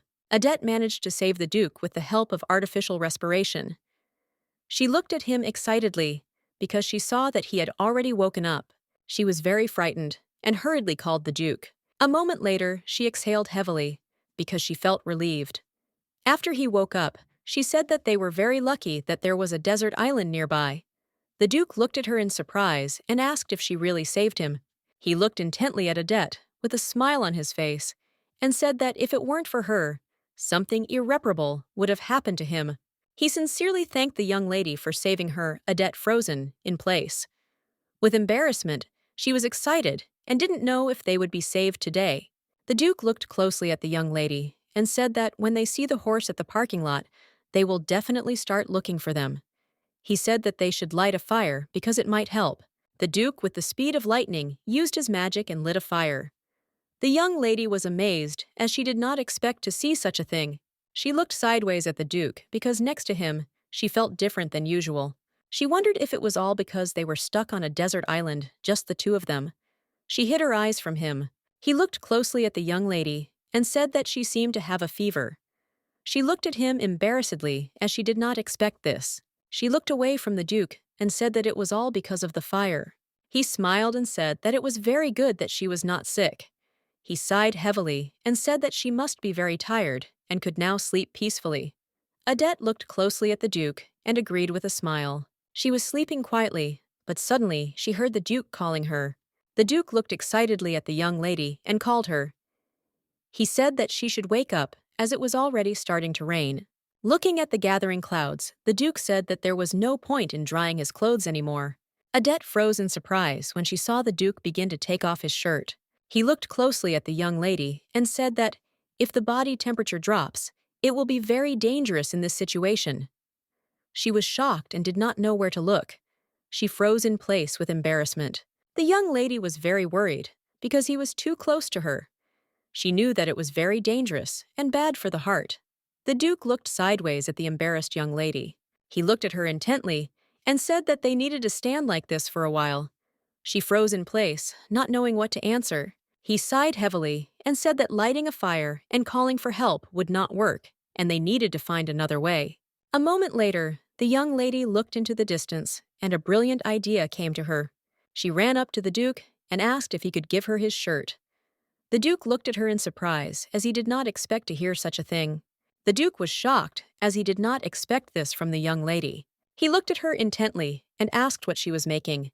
A moment later, the young lady looked at the Duke with a smile and said that she had already done everything he asked in surprise, what it was, since he had not seen anything like it before. She smiled and said that by launching it into the sky, they could call for help. He looked at her skeptically and asked if it would work. She looked closely at the Duke and said with a smile that they should still try. She was puzzled because a lot of time had passed, and she was very tired, but unfortunately, nothing worked for her. The Duke looked at the young lady puzzled and asked her to stop. He said that he would like to try it. Adette, in turn, did not want to give up just like that. She said that she would try one more time. The Duke looked intently at the young lady, who was trying to fly a kite. Adette looked at the Duke with a smile and said that he should look at it since she succeeded. The Duke in turn looked at the young lady with a soft smile. He said that it was true amazing. The Duke slowly approached the young lady with a smile on his face and said that it looked amazing. The young lady slowly walked back and accidentally collided with the Duke.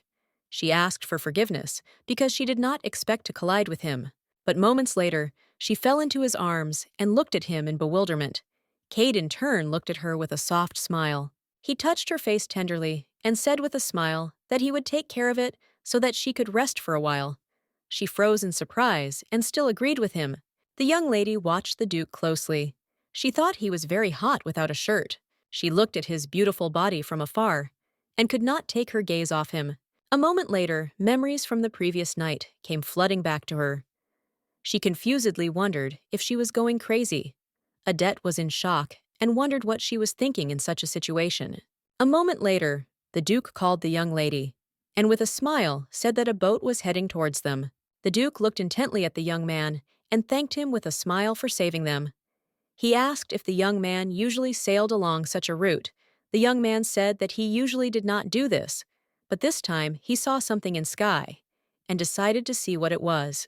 The Duke looked at the young lady with a soft smile and thanked her since they were saved, thanks to her. A moment later, the Duke looked back because he heard someone calling him. The knight looked at the Duke excitedly and asked if he was safe. The Duke looked at the knight and said that they came very quickly. The Duke smiled and said that, fortunately, a fisherman found them. He told the knight to give the fisherman 3 gold coins, and they should also buy good clothes for the fisherman. The knight was taken aback looking at the young lady because he saw that she was falling on land. Adette, in turn, sighed heavily as she realized that she had relaxed too much. She was puzzled and did not understand why she wanted to sleep so badly. A moment later, she collapsed to the ground with a roar. Madame looked at her daughter excitedly and asked what had happened to her. The young lady, in turn, was lying on the bed with a strong fever. Madame angrily looked at the maid and asked what happened. The maid hesitated in confusion, and a moment later, she said that the young lady got caught in the rain yesterday while walking. That's why it all happened. The young lady, in turn, asked her maid not to tell Madame what happened to her. Madame sighed heavily and, looking at her daughter, said that it seemed that she was very tired when she received the Duke as a guest alone. She told her daughter something, and today, she should just rest and not worry about anything. Writhing from heat and pain, the young lady nevertheless agreed with her mother. Adette slept quietly in bed. Through her sleep, she felt a delicious smell. She heard laughter from the room, and she thought that her family was fine, even without her. She slowly got up from the bed as she felt disappointed that she had just been lying in bed all day. She slowly walked to the window and looked out onto the street. She looked in surprise at the Duke, who was engaged in fencing. The maid looked at the young lady in surprise and called out to her in alarm. She screamed and said that the cold wind was contraindicated for her, and with the speed of lightning, she closed the windows. The Duke looked intently in the direction where the noise had just been. The maid looked intently at the young lady and said that she should rest well and get well soon, Camilla. With a smile, the young lady said that then she would be able to dine with the Duke and even ride a horse. Adette. In turn, she knew very well that this would not happen, even if she gets better, because now Viola was nearby. The young lady looked out the window and saw a beautiful picture. Sasha saw her sister with a smile and greeted her. Sasha smiled and said that the Duke taught her to ride a horse. Adette looked at her sister and said with a smile that she did well. The Duke looked at the young lady excitedly and asked if she was feeling well. She smiled and, looking at the Duke, said that she was much better. He looked at her intently and with a soft smile said that he was very happy about this. She looked at him embarrassed but did not answer. Viola looked closely at the Duke. Adette looked at her sister puzzled as she saw her look. The maid looked closely at the young lady and asked if anything had happened to her with the Duke. She smiled and said that there was nothing between them, and if her sister found out, then she might be upset. She asked the maid to make sure that they didn't let it slip at the residence. Sasha looked closely at her sister and said with a smile that they could go together a little later to their shore. The young lady looked at them intently and said that she could not, as she needed to rest a little. She smiled and wished them a good walk. With the speed of lightning, she turned around as she did not want them to see her face. She sighed heavily and thought that, most likely, because of the illness, she had become weaker in spirit. Late in the evening, the young lady went down to the kitchen to drink water. She was puzzled because she knew that when the Duke and her sister got married, she would often see a similar picture. She was very alarmed and did not understand why she did not want this. Adette sighed heavily because she knew it wasn't even funny. The Duke looked at the young lady in bewilderment and called her She in turn looked at him in surprise and called. She did not understand why he was not sleeping at such a late time. Cade sighed heavily and said that unfortunately, sleep did not come to him. He looked at her intently and asked if she was feeling well. Adette looked at Cade and said that everything was fine, and starting tomorrow, they could plan a schedule together. The Duke looked closely at the young lady and said that it was very late and they needed to get up. He smiled and said that he would take her out. She looked at him intently as she remembered that even at the Countess's party, he did not see her sister off, but saw her offer. She was puzzled and did not understand why he showed kindness to her so often. He looked at her intently and said with a smile that they had already arrived. The Duke smiled and extended his hand to her. The young lady looked at him in bewilderment. With a radiant smile, he took her hand and kissed it tenderly while wishing her good night. She stood embarrassed in surprise, as the skin he touched with his lips was burning. She looked at him intently, and in a cold tone wished him good night. The Duke looked at the young lady in surprise. She sighed heavily because she thought that she was not completely better. With the speed of lightning, she returned to the room. She was in shock and wondered why she had a fever again. The maid knocked on the young lady's room and asked if she was awake. Adette looked closely at the maid and asked with a smile where her family was. The maid smiled and said that they were all in the living room with the Duke. Looking at the lady, she said that she seemed to have fully recovered. The young lady slowly walked down the stairs. She was in a hurry to see her family. Madame looked closely at the Duke and said that she was very sorry that it was time for him to go. Adette froze in place, listening to their conversation. The Duke thanked Madame with a smile. He said that he would like to stay longer, but there were still matters in the capital that he needed to deal with as soon as possible. Adette flew into the room and asked the Duke if he was leaving today. She was surprised because she knew that he had not told her anything last night. He gazed at the young lady with a soft smile on his face. Madame looked closely at her daughter and said with a smile that everything was exactly like that. Since the Duke and her sister decided to return to the city, Adette was surprised that her sister also wanted to return. Madame looked at her daughter with a playful smile and said that she also went to Viola's. Adette froze in surprise and looked intently at her mother, who was smiling radiantly. Madame said with a smile that it seemed that the young people really wanted to get engaged. Adette froze in place and wondered what she expected. She was puzzled because for several days she had been in close contact with the Duke, as if she had become a special person to him. She was very worried and disappointed. The young lady looked closely at her family. She knew that she just needed to wake up and accept reality. The young lady looked closely at the Duke and said that he should confess officially. The Duke looked at her in surprise because he did not understand what she was talking about. He looked at her intently and wondered if all the young ladies from her family were confident in themselves. The Duke smiled and asked who he should confess to. He asked if she was really waiting for him to confess. Viola sighed heavily and said that of course she does not expect a confession from him since he must confess to her sister. She told the Duke that he had been interested in her sister from the very beginning. She looked at him closely and said that now he seemed to be very close to her sister. She could see that something was definitely going on between them. The Duke smiled and said that he did not know this. The young lady looked closely at the Duke and said that her sister is not smart in matters of love. And besides, she thinks about family first. She said that her sister was not honest with her feelings. The lady looked closely at the Duke and said that she remained silent because she needed rumors about her and the Duke. He looked at her in surprise because he did not expect to hear such a thing. She said that he should be more decisive, since he should understand perfectly well that it is difficult for girls. She said that he did not want scandalous rumors to surround her, because she did not get married at that age.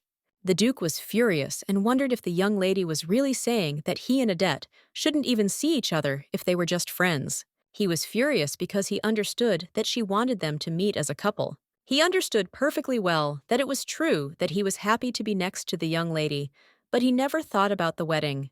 The butler looked closely at the Duke and said that he had received a message from Kamashi. The Duke sighed heavily and said that it seemed that he had found everything he said that he would go in person. The butlers looked at the Duke excitedly and said that a young lady had come to see him, and she spoke as if she had urgent business with the Duke. The Duke in turn rushed with lightning speed into the office where the young lady was waiting for him. He quickly entered the office and saw an excited young lady. Adette looked intently at the Duke and screamed, calling him. He felt unknown emotions as soon as he saw her expression. He looked at the young lady worriedly and asked what happened. He said that she should calm down and sit down. The young lady looked sideways at everyone in the room and asked the Duke to tell everyone to leave. The Duke looked intently at all the servants present and said that if necessary, he would call them and now they should go out. Now the Duke realized that all his thoughts were arrogant. The young lady, trembling, looked at the Duke and asked if he dropped her sister off in front of the mansion yesterday. The Duke looked at the young lady with a puzzled expression and said that her sister said that she had something to do and asked to be dropped off in front of the dressing room. He said that he told her that he would wait for her, but she refused. The Duke looked at the young lady worriedly and asked what happened. Adette said in a trembling voice that her sister was missing. The Duke was shocked by what he heard. He stood up with lightning speed and told the young lady that she should wait a little and he would return. She looked at him in surprise. A moment later, the Duke entered the room with documents in his hands. The Duke looked closely at the young lady and handed her the documents. He said that her sister gave him a package of documents before getting out of the carriage and asked him to give it to her. Viola wrote to her sister that she was very sorry, but she was going to go far with her loved one. She wrote that she loved her family very much, but could never give up on her loved one. She asked her family not to look for her. Adette was shocked because she realized that this was her sister's handwriting. Now she realized that no one had kidnapped her sister, but she had escaped on her own. The young lady was in shock, as she did not know who her beloved sister had run away with. The Duke looked closely at the young lady, and with a sad expression on his face, said that he, unfortunately, did not know what happened, but if she needed help, then she could contact him at any time. The young lady looked closely at the Duke, and she thanked him with a smile, but said that he shouldn't do this at all. She sighed heavily, because she understood that in order to find her sister, she would really need the help of the Duke. But she was puzzled, because she did not know how she could tell him about this, since she could not kindly ask him to find a girl who apparently ran off with another man. The Duke looked closely at his companion and asked if her sister had really run away. She was taken aback and asked what he was talking about. She sighed heavily because for this reason, she did not like men who thought quickly. She looked closely at the Duke and said that it was not yet known. A moment later, the young man ran up to the young lady and called her in a hurry. The young man said that the butler asked him to give her an urgent letter, since he had learned the whereabouts of the young lady. Madame was furious and beside herself with anger. She was angry with the young man since he vilely repaid her favor. She was furious and did not understand how he dared to take her daughter. Adette. It was reported that the young lady ran away with Morris. The young lady was shocked and did not expect this from her assistant. She remembered how she told the young man that she needed to prepare a dowry for her sister since she would soon get married. Then he silently listened to her and did not answer anything. She remembered her sister asking her about business and investing. The young lady was puzzled, as only now did she understand why her sister was asking about business. She staggered as she felt sick for a moment. The Duke looked at the young lady excitedly and called out to her. Without showing himself for several days, he visited the boarding house, and they said that a few days ago he ran away with some girl. The servant slowly handed the young lady the letter that he had left for her. Morris wrote to the young lady that they were planning to go to the Empire. He wrote that, although he decided to follow the young lady's desire to leave this place, but he knew that the young lady could not cope on her own with the life of a commoner. He wrote that in a few days they would arrive at the border. He asked her to definitely follow her sister and convince the young lady. He hoped that she would come before it became too much late. The young lady was furious because she understood perfectly well that it was because of him that she had to dress up as a man again. The Duke looked closely at the young lady and said with a smile that it suited her very well. He said that this outfit was something he wore in his youth, but he was very glad that the clothes suited her. She looked at the Duke in surprise and wondered if it was really a compliment. She disguised herself for security reasons, since there are many robbers in the border area. The Duke looked closely at the young lady and asked what about her wearing his costume. She was shocked since he then openly told her to dress up as a man. She sighed heavily and asked for forgiveness for taking advantage of his help to such an extent.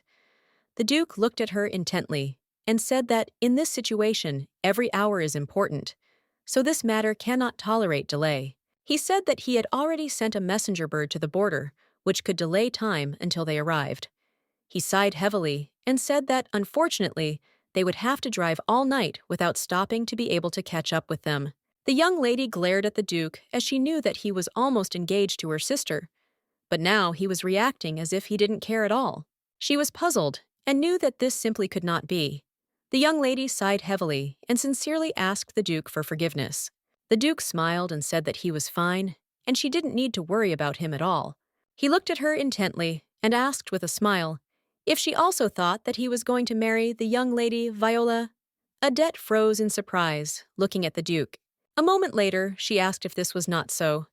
The Duke sighed heavily and said that this was not so at all. She thanked him, but still did not understand why he was helping her so much.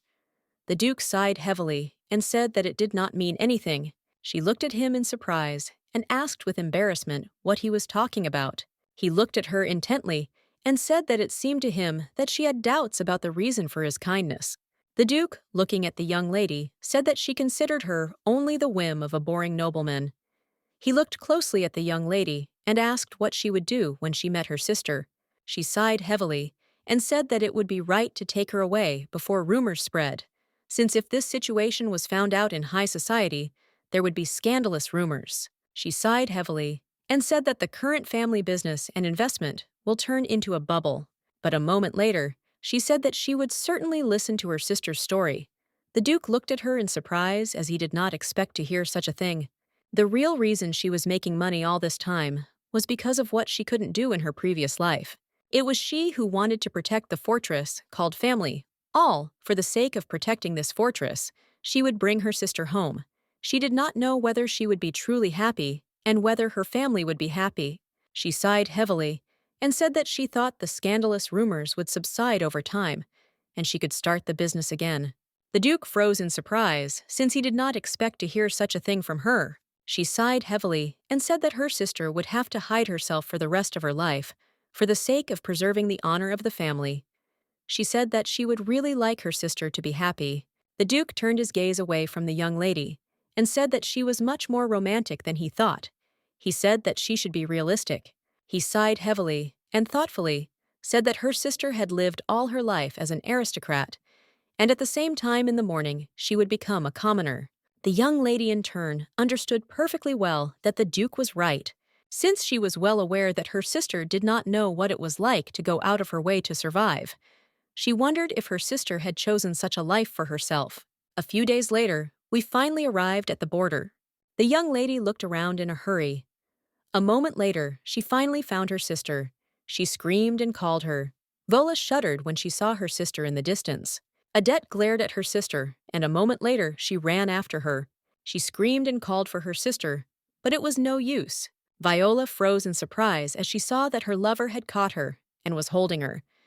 She screamed and demanded that he let her go. She looked at her intently and asked why he stopped her. She shouted that they should leave quickly. Adette was breathing heavily after a hard run. The young people looked at the young lady in surprise. Adette looked intently at her sister and called out to her with tears in her eyes. She slowly walked up to her sister and told her to talk to her. Viola stared at her sister and asked in a trembling voice if she could just pretend she didn't see her. The young lady looked at her sister in surprise. Viola looked at her sister with tears in her eyes and said that this was her last request. Morris looked closely at the young lady, for he did not at all think that she would come alone. He was surprised that she came with the Duke. He looked at the young lady closely and said excitedly that knowing the Duke, he would not sit idly by, and the young lady would be in trouble. Viola looked at him and said with a smile that he should not worry about such things since the Duke, and so did not want to marry her. She looked at her lover with a gentle smile and said that the Duke was only testing his interest in her family because of her older sisters. She was sure that he would certainly help Adette if she got into trouble. The young lady looked closely at her sister and asked if she would regret this choice. Viola looked closely at her sister and said with a smile that, as she said earlier, there will be difficult moments, but still, this is the life that she chose herself. Looking at her sister, she said that she had always lived the way others expected of her. But when she fell in love with Morris, she realized what she herself wanted. The young lady looked closely at her sister, but did not answer. Viola smiled and said that if she marries the man she chooses, she will be able to live comfortably, but in this way she will only deceive her heart. She looked at her sister with a radiant smile and said that she was sure that if she were with Maurice, she would be able to overcome any difficulties. The young lady smiled and agreed with her sister. She knew that during this time, she had never tried to listen to her sister. She measured her happiness by her standards, but she hoped that it was not too late. She looked closely at her sister and handed her the precious necklace with a smile. She said that she was in a hurry, so this is all she has. The young lady hugged her dear sister tightly and warmly. Adette hugging, her sister said that if it suddenly becomes difficult for her, she can return home at any time. The young lady was shocked as she did not expect to hear such a thing from her sister. She hugged her tenderly. The young lady looked at her assistant and called to him. The Duke looked at the young man in surprise as he looked like a puppy. A moment later, the Duke flinched as the young lady beat her assistant a little. Viola looked at her sister in surprise and with tears in her eyes as she did not expect this. Adette looked at them and said that this was a punishment for deceiving her. She looked at the young man and said that if her sister cried, she would come to him and punish him. He sighed heavily and said that he remembered everything. The young lady looked closely at her sister and said goodbye to her with tears in her eyes. She hoped that her sister would be happy. The young lady was puzzled because the road back was simply terrible. When she was driving behind her sister, she was so out of her mind that she did not notice the bad road. She had not slept for several days, and it was hard for her. The Duke looked closely at the young lady and said that she seemed very ill. He asked if she was okay. She sighed heavily and said that she was not okay at all. He looked at her intently and asked if she would like to rest a little in that case. She looked at him in surprise and asked what he was talking about. The Duke said with a radiant smile that there was his property nearby. They could go there and rest a little. She looked closely at the Duke and said that she thought it would be better for them to go back, since her mother was very worried. Cade looked closely at the young lady and said that he had already sent the letter, Madame. He looked at her intently and said that if she was overworked now, she might get sick like last time. She knew that worrying about her mother was half the excuse. She was puzzled and wondered what if there were rumors that the eldest daughter of the family was wearing men's clothes. She sighed heavily and said that her appearance was not very good. He looked at her in surprise and asked what she was talking about, since she now looked very beautiful. She was shocked because she understood that he was just teasing her. She had oily hair and skin that had not been washed for several days. The Duke tenderly touched her face and smoothly touched her hair. The young lady froze in surprise in place. He looked at her intently and told her with a soft smile that she didn't need to worry at all. He smiled and said that the people of Kamesh are not the talkative ones. The young lady in turn looked at the Duke with embarrassment as she did not expect this. He smiled and said that they could safely go to the residence. The butler greeted his master with a smile. A moment later, they froze in surprise. Everyone froze, looking at the young, beautiful lady who was coming down. Adette was surprised, since he even accompanied her. Everyone looked at the young lady with admiration, as they could see that the Duke had brought a new mistress to them. Adette frozen, in place in shock, but with a smile on her face. She understood that they were looking at her with heavy gazes. She knew that they all simply misunderstood everything. The Duke looked intently at everyone present and introduced the young lady to everyone. He said that they should not cause her discomfort. Some time later, the young lady was sitting in a beautiful bathtub. She sighed heavily as she knew that she would never be able to ride in hired carriages again. She knew that it was very nice to live a life where you were taken care of. She wasn't ready to give up everything and run away. For a moment, she wondered how strong her sister's love was. She didn't know what prompted her to come to such a decision. She looked closely at her sister and asked, since when? She didn't understand why sister didn't say a word to her. She sighed heavily and said that she needed rumors in order to force the young man who loved her to act. She looked closely at her sister and said with a smile that thanks to this, she also learned about the true feelings of another person. Adette looked at her sister with bewilderment. Viola looked at her sister with a smile and said that she should do what her heart tells her. She looked closely at her sister and said that their mother wanted a good relationship between the Duke and their family. She asked her sister, why doesn't she marry the Duke instead of her Adet? Was shocked. She didn't expect to hear something like that.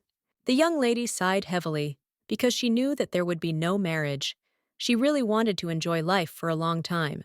A moment later, the young lady heard a noise outside. The maid said that the owner was not there, and it was forbidden to enter the room. The young lady in turn became wary, and she became very scared. She froze in shock and surprise when the door opened and a young man entered the room. The prince looked at the young lady in surprise and noticed that the Duke was really not there. He asked for forgiveness with a smile and ran away with the speed of lightning. The young lady in turn screamed, and her scream spread throughout the entire estate. After taking a bath, the Duke heard the scream of a young lady. With the speed of lightning, he ran into the bathroom where the young lady was. He was excited and wanted to know what happened. He froze in surprise when he saw the young lady with tears in her eyes. Kale froze in place with embarrassment when he saw the young lady. The maid looked at the Duke in surprise and asked what he was doing here. She shouted that he, without even getting dressed again, grabbed his sword. The Duke left the premises with lightning speed and asked the lady's forgiveness. He said that, due to the loud noise, he thought that a stranger had entered her room. She looked closely at the Duke, but did not answer. The maid looked at the Duke closely and said that a stranger was here. She said that the prince suddenly walked into the bathroom, and the lady was very scared. The Duke in turn was furious. He could not believe that the prince had unceremoniously burst into the bathroom. The prince looked intently at everyone present, and with an innocent smile said that it was really his mistake. The young lady looked closely at the prince with a smile on her face. She wondered if he really didn't know any manners. The Duke angrily told the prince to politely ask for forgiveness. The prince hesitated, looking at the Duke. He understood that he could not get away with it. He asked the young lady for forgiveness. The prince timidly looked at the young lady and asked for forgiveness for watching her in the bathroom. He sighed heavily and said that even though it was his mistake, he was still very rude to the young lady. The prince in turn looked sideways at the Duke because he wanted to know if he was satisfied. The Duke did not answer anything and silently began to eat. The prince looked sideways at the Duke and asked if this was too much for raising a sword. The prince said that he really thought that the Duke had been infiltrated by an intruder. The Duke sighed heavily and told the prince that he had come to him despite the fact that he was not even invited. The Duke was surprised because even when he picked up the sword, the prince could not say anything. The prince was shocked. He said that he was very offended. The prince said that the Duke rented a carriage and left the capital with the girl. He looked closely at the Duke and said with a smile that he thought that the Duke was ready to run away for love. Everyone froze in shock in place. The Duke angrily told the prince that he did not seem to trust him. The prince said that he trusted, but he could not trust the people around him. The young lady froze in place and wondered if he was really talking about her now. The prince looked at the Duke intently and said that he could not even think that the Duke would return to the estate with the young lady. She was in shock, wondering if she could not come to the estate. The prince told the Duke that he thought that he brought a girl for fun for one night. The young lady in turn choked on her tea as she did not expect to hear such a thing. She was in shock, wondering what the prince was even talking about. The Duke looked at the prince with fury and asked if he was now trying to insult him. The prince looked at the Duke with a smile and said that it was just a joke. He didn't understand why the Duke was so serious. The young lady was puzzled. She didn't understand what happened to the atmosphere in the hall. She looked closely at the prince and wondered if he was being too untied, even for a childhood friend. She knew that if anyone saw them now, they would think that they were siblings. The prince said with a smile that the dinner was simply wonderful, and he also asked the Duke if he wanted to organize a ball on the occasion of his arrival in Kamash, since he wanted to listen to the stories of the nobles living near the border. The Duke said that they were leaving for the capital tomorrow morning.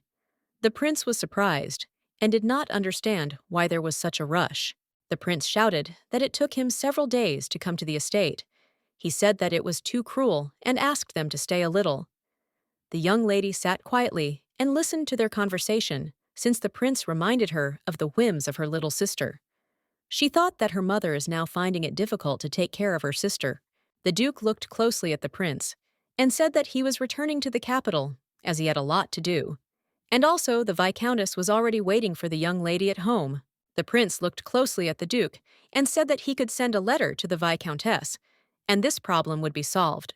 The Duke looked closely at the prince, as he saw that he was very stubborn. The young lady was shocked, as she did not expect to hear such a thing. She did not want to stay at all. She knew that normally her mother would have been happy about the letter, but not now that her sister had run away. She was well aware that this situation would only exacerbate her stress. The young lady looked closely at the Duke, but did not answer. The Duke looked closely at the prince and said that they could send the young lady first, and they would go hunting together. The prince sighed heavily, and like a capricious child, said that he did not want this. He said that he also wanted to go with the young lady, since he would like to take this opportunity to make friends. The Duke looked closely at the prince and said that this would be very difficult for the young lady. The prince looked at those present with bewilderment, as he did not understand what was so difficult. The young lady, in turn, saw that the more the Duke stood up for her, the more active the prince's resistance becomes. The young lady looked closely at the prince and said with a smile that she was honored that he thought positively of her. She said that she would follow his wishes and stay for a while. The prince looked closely at the young lady, and a moment later said with a smile that it was very good that she understood what he wanted. The prince sighed heavily and said that the young lady is very calculating, and she also thinks quickly. He sighed heavily and said that it is dangerous to keep such a girl next to you. He looked closely at the Duke and asked why he shouldn't get closer to her. The Duke in turn did not answer the prince's words. A moment later, he looked at the prince and said that he had already been informed that all the letters had been found. The prince looked closely at the Duke. A moment later, he asked in bewilderment whether it was possible that the young Lady Burse had misled everyone. The Duke said that all that needed to be done was to deal with the letters and return. He was puzzled, as he did not understand why they should have a ball. He told the prince that he had only tired him. The prince sighed heavily and said that he has a reason for this. The prince said that the crown princess could place a person with him. He asked the Duke with a grin on his face if he shouldn't pretend to be a carefree person attending balls in the outskirts. In turn, the Duke supervised all preparations for the upcoming celebration. At the same time, the prince enjoyed his rest and preparations for the holiday. The young lady, in turn, unfortunately, could not enjoy the preparations. The maid looked closely at the young lady and said with a smile that this outfit suited her very well. Adette was shocked because she had nothing to breathe. She was puzzled because she couldn't even breathe deeply. The maid said with a smile that this outfit belongs to Her Highness the Crown Princess. For this reason, it does not suit most people. She looked closely at the young lady and said with a smile that this outfit suits her very well. Adette was surprised, as she did not expect to hear something like that. The maid looked closely at the young lady and said with a smile that when she was young, the princess often came to see them. She smiled and said that the three of them got along very well with each other, and the princess followed her master everywhere. The maid smiled and said that every day he competed with His Highness the Prince and Her Highness the Crown Princess. He was always the mediator between them. She was surprised that the Crown Princess's outfit was left in the estate. She wondered if the princess was the Duke's first lover. The young lady sighed heavily. She felt very tight in this outfit. The maid looked closely at the young lady and said that if it was hard for her, she would loosen the corset a little later. A moment later, the maid told the master that she had brought the lady to him. The young lady, in turn, slowly entered the office. The Duke looked at her intently and said with a smile that he was very glad that she had come. He froze in shock as he looked at the young lady feeling unwell. He noticed her pale face. The young lady, in turn, looked intently at the Duke as he wondered if he was really confused because she was in the dress of the Crown Princess. Adette could not stand it and collapsed to the ground. The Duke, in turn, picked up the young lady with the speed of lightning and called her, but it was all in vain. He was in shock and screamed with rage and asked how much they tightened the corset. He saw that she was not breathing.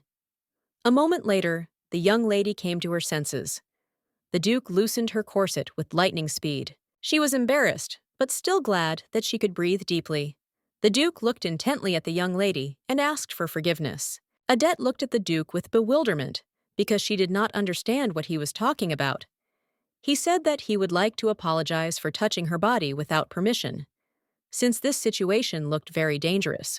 She looked at him intently and said that it was done very skillfully. The Duke froze in surprise in place. He shouted that this was not so, since the men's outfit was the same.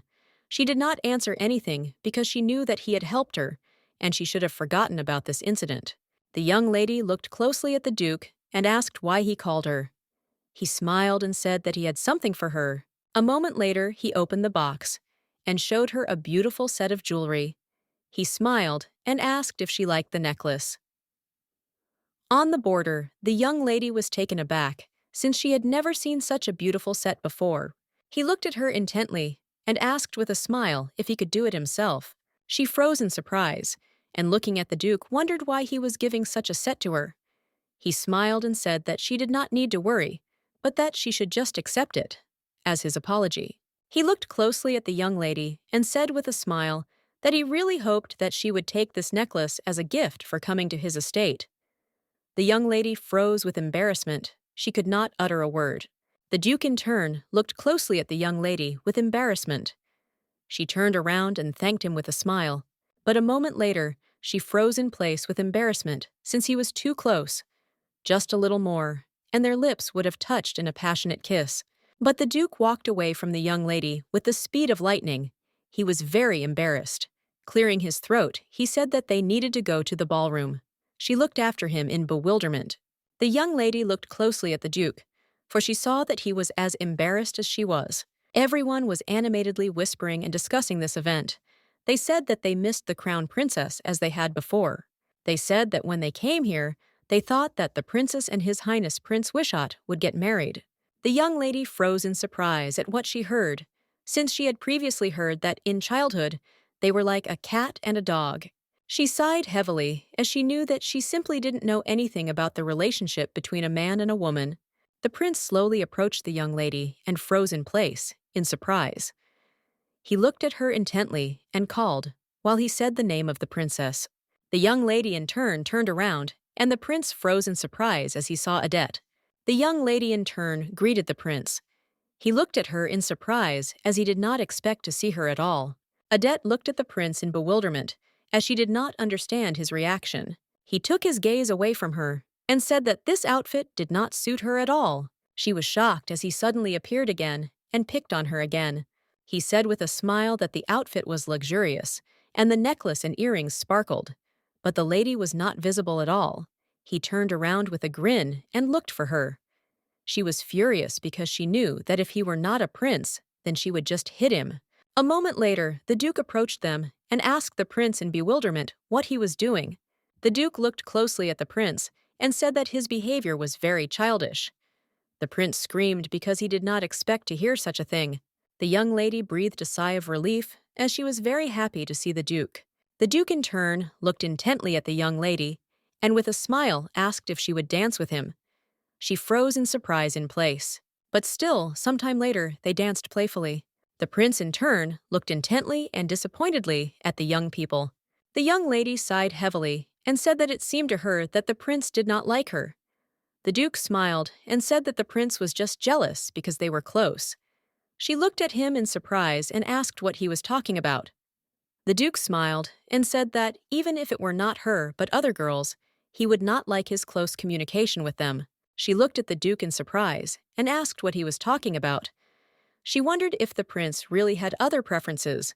The Duke smiled and, looking at the young lady, asked why she was reacting this way. Cade looked at his young companion with a smile and said that the prince cared about him very much as his assistant. She smiled and said that she understood everything. He looked closely at the young lady and said that she seemed to have no prejudices. He looked at her with a gentle smile and said that this was his first time meeting a person like her. The young lady, in turn, looked at the Duke with embarrassment, but did not answer. Cade shyly averted his gaze from the young lady and said that it was a little hot in the hall. He asked if she wanted to go out. They walked leisurely around the grounds. He smiled and asked if she liked the environment here. He smiled and asked if she felt freer since no one was here, and no one knew her. She exhaled heavily and said that everything was exactly like that, and if it were the capital, they would not be able to walk like that. since rumors would quickly spread. The Duke looked at the young lady with a smile. A moment later, she froze in place with surprise, since it was the first time she had seen such a large moon. He smiled and said that there was simply a beautiful night sky on the border. The young lady said with an admiring smile that this is exactly so, and the view is truly beautiful. She looked at the beautiful sky and moon with admiration, as she saw that the landscape was very beautiful. The Duke looked closely at the young lady and said with a smile that her eyes were like this moonlight. She froze in surprise in place. She felt the night air under the light of the moon. It was intertwined with the scent of violets. She did not know whether it was due to the moonlight or because of the tight corset. It was difficult for her to breathe. She closed her eyes because she saw that the Duke was approaching her and reached out to her face. The Duke slowly walked closer to her and leaned towards her. The young lady closed her eyes, but still she felt his breath close. Moments later, she opened her eyes as she realized that nothing had happened. The Duke looked at her intently and with a smile asked for forgiveness for frightening her. He said that a leaf just fell on her. She looked at the Duke in embarrassment and bewilderment. A moment later, the Duke turned around because he heard someone calling him the young lady, in turn stood embarrassed in the distance. The Duke looked at his servant in surprise and asked what happened. Adette, in turn, moved away and covered her face with her hands. She was very embarrassed because she was expecting something different. She was puzzled because she didn't understand why she closed her eyes at such a moment. The Duke looked closely at the young lady and said that he had urgent business and would be back soon. He told his subordinate that now it could be dangerous and he should see the young lady off. She shouted that this should not be done, and she, after walking a little more, Adette ran away from the Duke with the speed of lightning. Some time later, the young lady of the forces sat quietly on the bench. She was puzzled because she was very ashamed. She wondered how she could look into the eyes of the Duke now. She realized that only she was very excited. A moment later, she froze in place and wondered if she really loved the Duke. But a few minutes later, she was struck by a strong trembling. She did not understand what happened and why she felt the icy cold. She turned around with lightning speed as she felt someone's gaze on her. The Duke looked at the man and said that he had done a very good job of finding everything. He handed the young man the bag of payment and said goodbye to him. The prince, in turn, carefully examined the new documents. He was furious as he perfectly understood that his life was in danger because of some kind of love letter. With the speed of lightning, he threw all the documents into the fireplace and said that they were done with this. The Duke sighed heavily and said that this was just the beginning. The prince sighed heavily and said that if the truth came out, the Duke would also be in danger. The Duke looked closely at the prince and said that this would never happen since all the people who knew the truth were already dead. The prince was puzzled. He looked sideways at the Duke and said that this was not so. He knew very well that there was one more person left, and that was the princess. The Duke looked at the prince closely and said that even if she was the crown princess, she could not do anything without strong evidence. The prince smiled and said that he was encouraged that the Duke stood by his side. The prince slowly approached his friend and with a soft smile said that he was the only one he could trust. With the speed of lightning, the prince changed his face and looking at the Duke said that he should not forget this. The young lady froze in place and looked intently into the distance. A moment later, a maid ran up to her and called her. She looked at the young lady excitedly and asked if she had really been here all this time. She looked closely at the maid and wondered if that intense cold was because of the wind. Adette told the maid to loosen her corset a little. The maid smiled and said that she would do everything and lead her to the room. The young man looked intently at the young lady's trail. The maid looked at the young lady with a smile and asked if she liked the garden. She smiled and said that the garden was beautiful, even in the night sky. She suddenly remembered the Duke, who said that her eyes were like moonlight. She froze in place with embarrassment, with a smile on her face, since this was the first time such words had been spoken to her. The maid looked closely at the young lady and said with a smile that she seemed to be having fun in the garden. Adette hesitated, not knowing what to answer. The lady looked sideways out the window as she felt someone's presence. A moment later, a young man burst into her room through the window with a sword in his hands. She froze in shock, looking at the man. The man cut into the air with his sword as fast as lightning. The young people looked warily into the distance as they heard someone scream. A moment later, they heard that the estate was under attack. With the speed of lightning, the Duke rushed into the young lady's room. He saw that she was sitting on the ground, trembling with fear. The maid excitedly looked at the Duke and called him a. The Duke froze in surprise. He saw the frightened face of the young lady. The young lady, in turn, sat quietly on the ground, trembling with fear. Her face turned pale. The maid screamed, looking at the master. She said that Blythe burst into their room. The prince was shocked, as he did not expect to hear such a thing. He looked at the maid and asked where the young man had disappeared. The prince looked at the Duke and said that they needed to quickly catch up with the young man. But the Duke, in turn, rushed to the young lady with the speed of lightning. He quickly approached her and asked if she was okay. He was worried that she might be injured. She was taken aback and looked at the Duke with a smile. She said that she was fine. The maid screamed that the young man had only cut the young woman's outfit lady and immediately ran away. The prince looked closely at the Duke but said nothing. A moment later, he left the room and said that the party was over for today. The prince said that he was returning to the capital. The prince looked closely at the Duke and said that he should deal with the young lady. The Duke was surprised since the prince started this conversation. The Duke looked intently at the prince and said that there was nothing to deal with here. The prince looked at the Duke in surprise and asked why he didn't immediately chase the young man. The Duke froze in place, not knowing what to answer. He was surprised by such a question. The prince angrily told the Duke that this was not like him at all. In turn, the Duke clenched his fists with rage. He sighed heavily and said that it was useless. The prince looked at his friend in bewilderment, but did not answer. A moment later, the prince looked at the Duke with a smile and said that he was good at such things. He smiled, looking at the Duke, and said that if he is hiding something, it does not mean that it is hidden. The Duke looked closely at the prince but did not answer. The prince sighed heavily and said that he really hoped that the Duke would not spoil anything because of some kind of love. A moment later, the prince left. The Duke looked in bewilderment at the departing prince. The maid looked closely at the princess and said with a smile that she had brought her tea that would help her fall asleep quickly. The princess said that she understood everything and sent the maid off. For some time, the princess looked intently out the window, but a moment later, she heard that someone had come to her. She smiled as she was waiting for the person. She looked at him intently and asked with a smile if he had found what he was looking for. The young man knelt down and asked the princess for forgiveness. He said that, unfortunately, he could not find it. The princess, in turn, looked at the young man with rage, as she was not ready to hear such a thing. The young lady sat quietly and gazed at the fireplace. She remembered the eerie energy that emanated from the man. She realized perfectly well that it was the same man whom she had seen in Lenocia.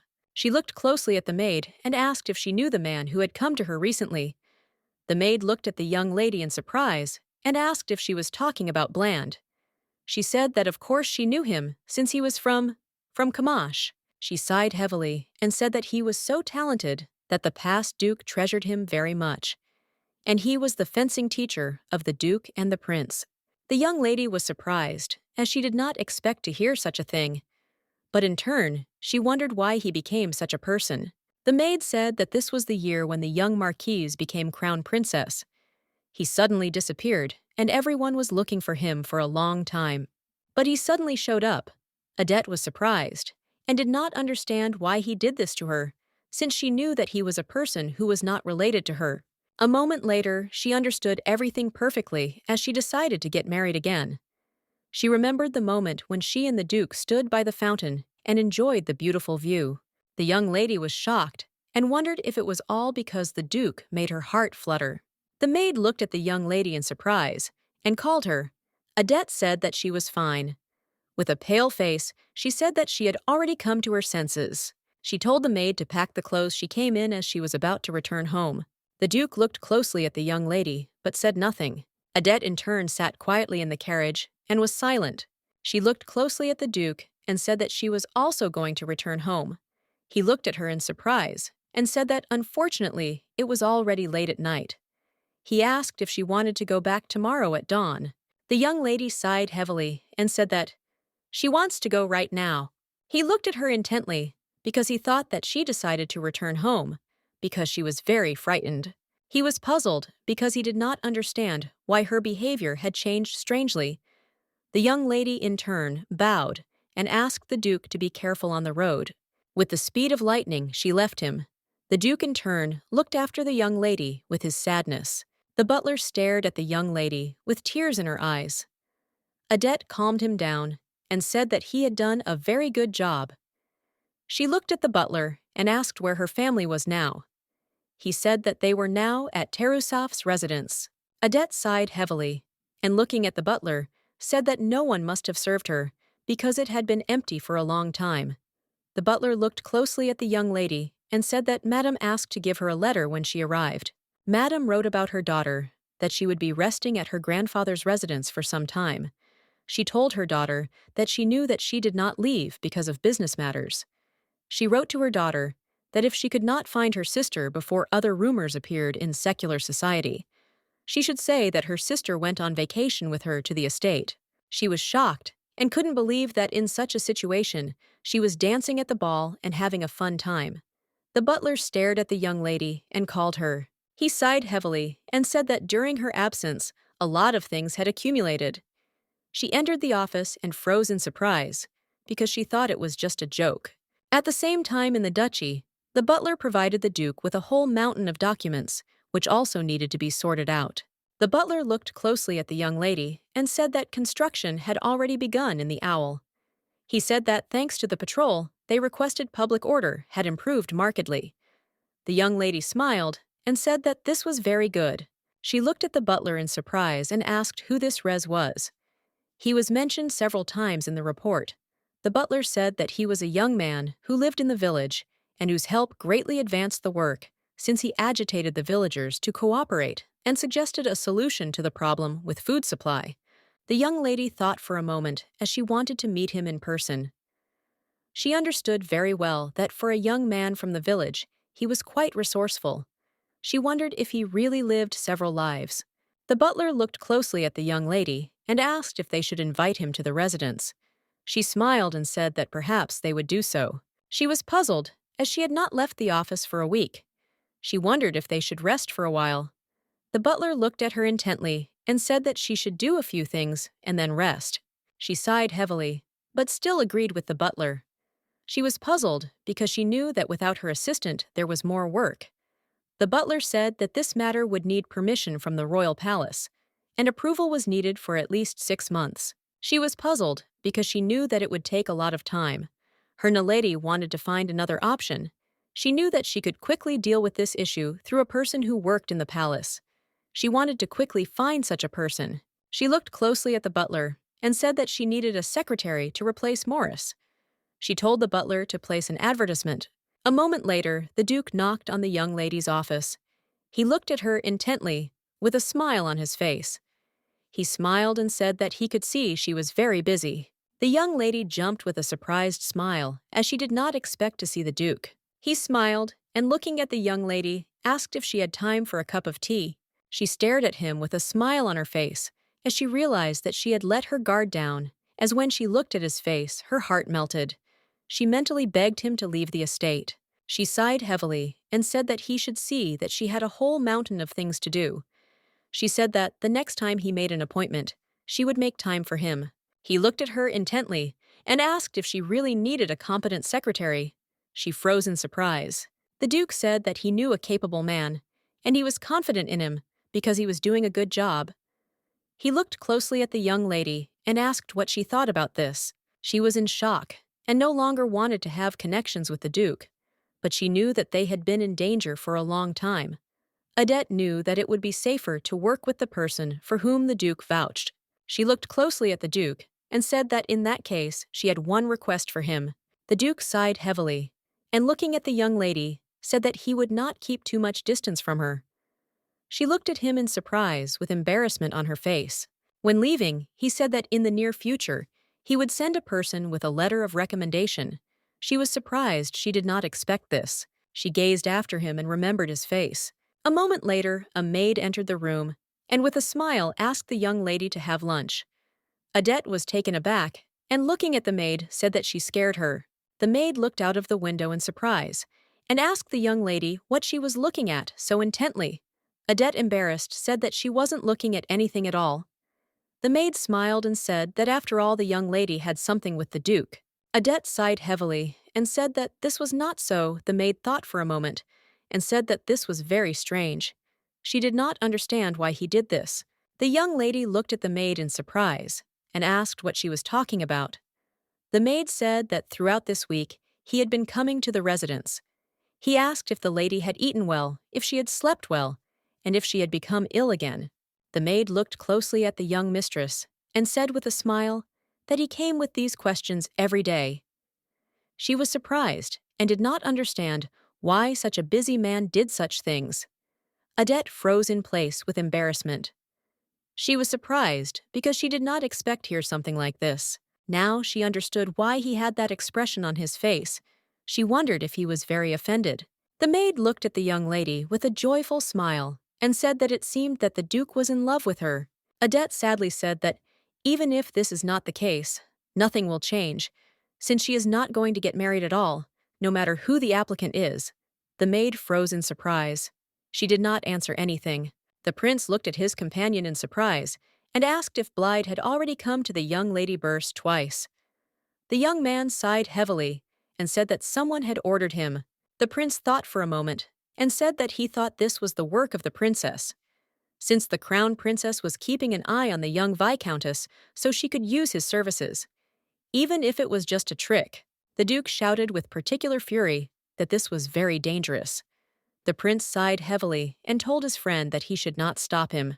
He said that this time they must definitely complete the engagement.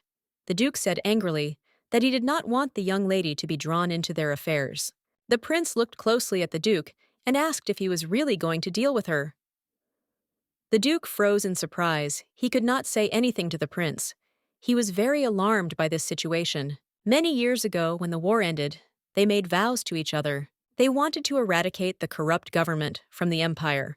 They hoped to usher in a new era. For them, it was a revolution, but for others, it was a rebellion. They did not at all want anyone to be involved in their business. For this reason, they did not keep close to them what was valuable to them. The Duke was puzzled, as this situation was very exciting.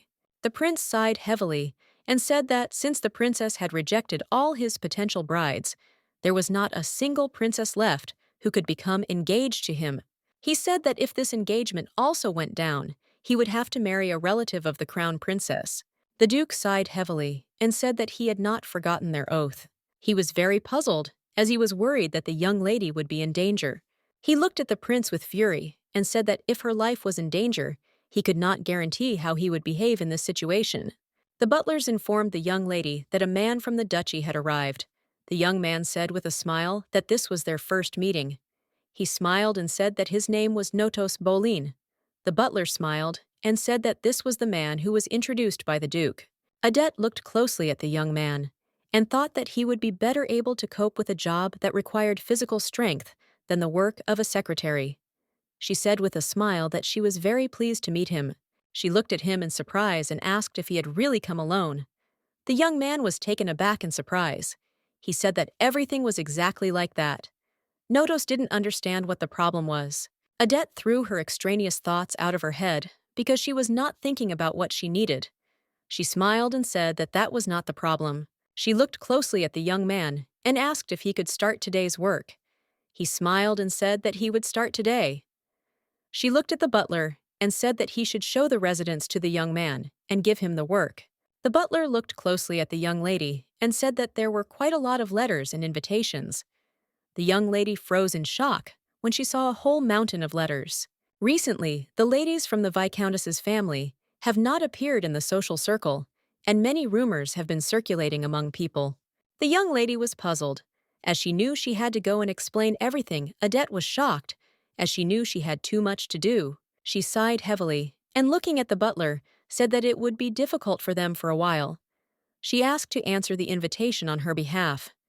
He asked if she would even attend the ball of the Count Elwinch family. Odette knew that such an event as the ball of the Crown Princess's family would be attended by members of the imperial family and aristocrats. She sighed heavily and said that she thought she would have to go to get a business permit.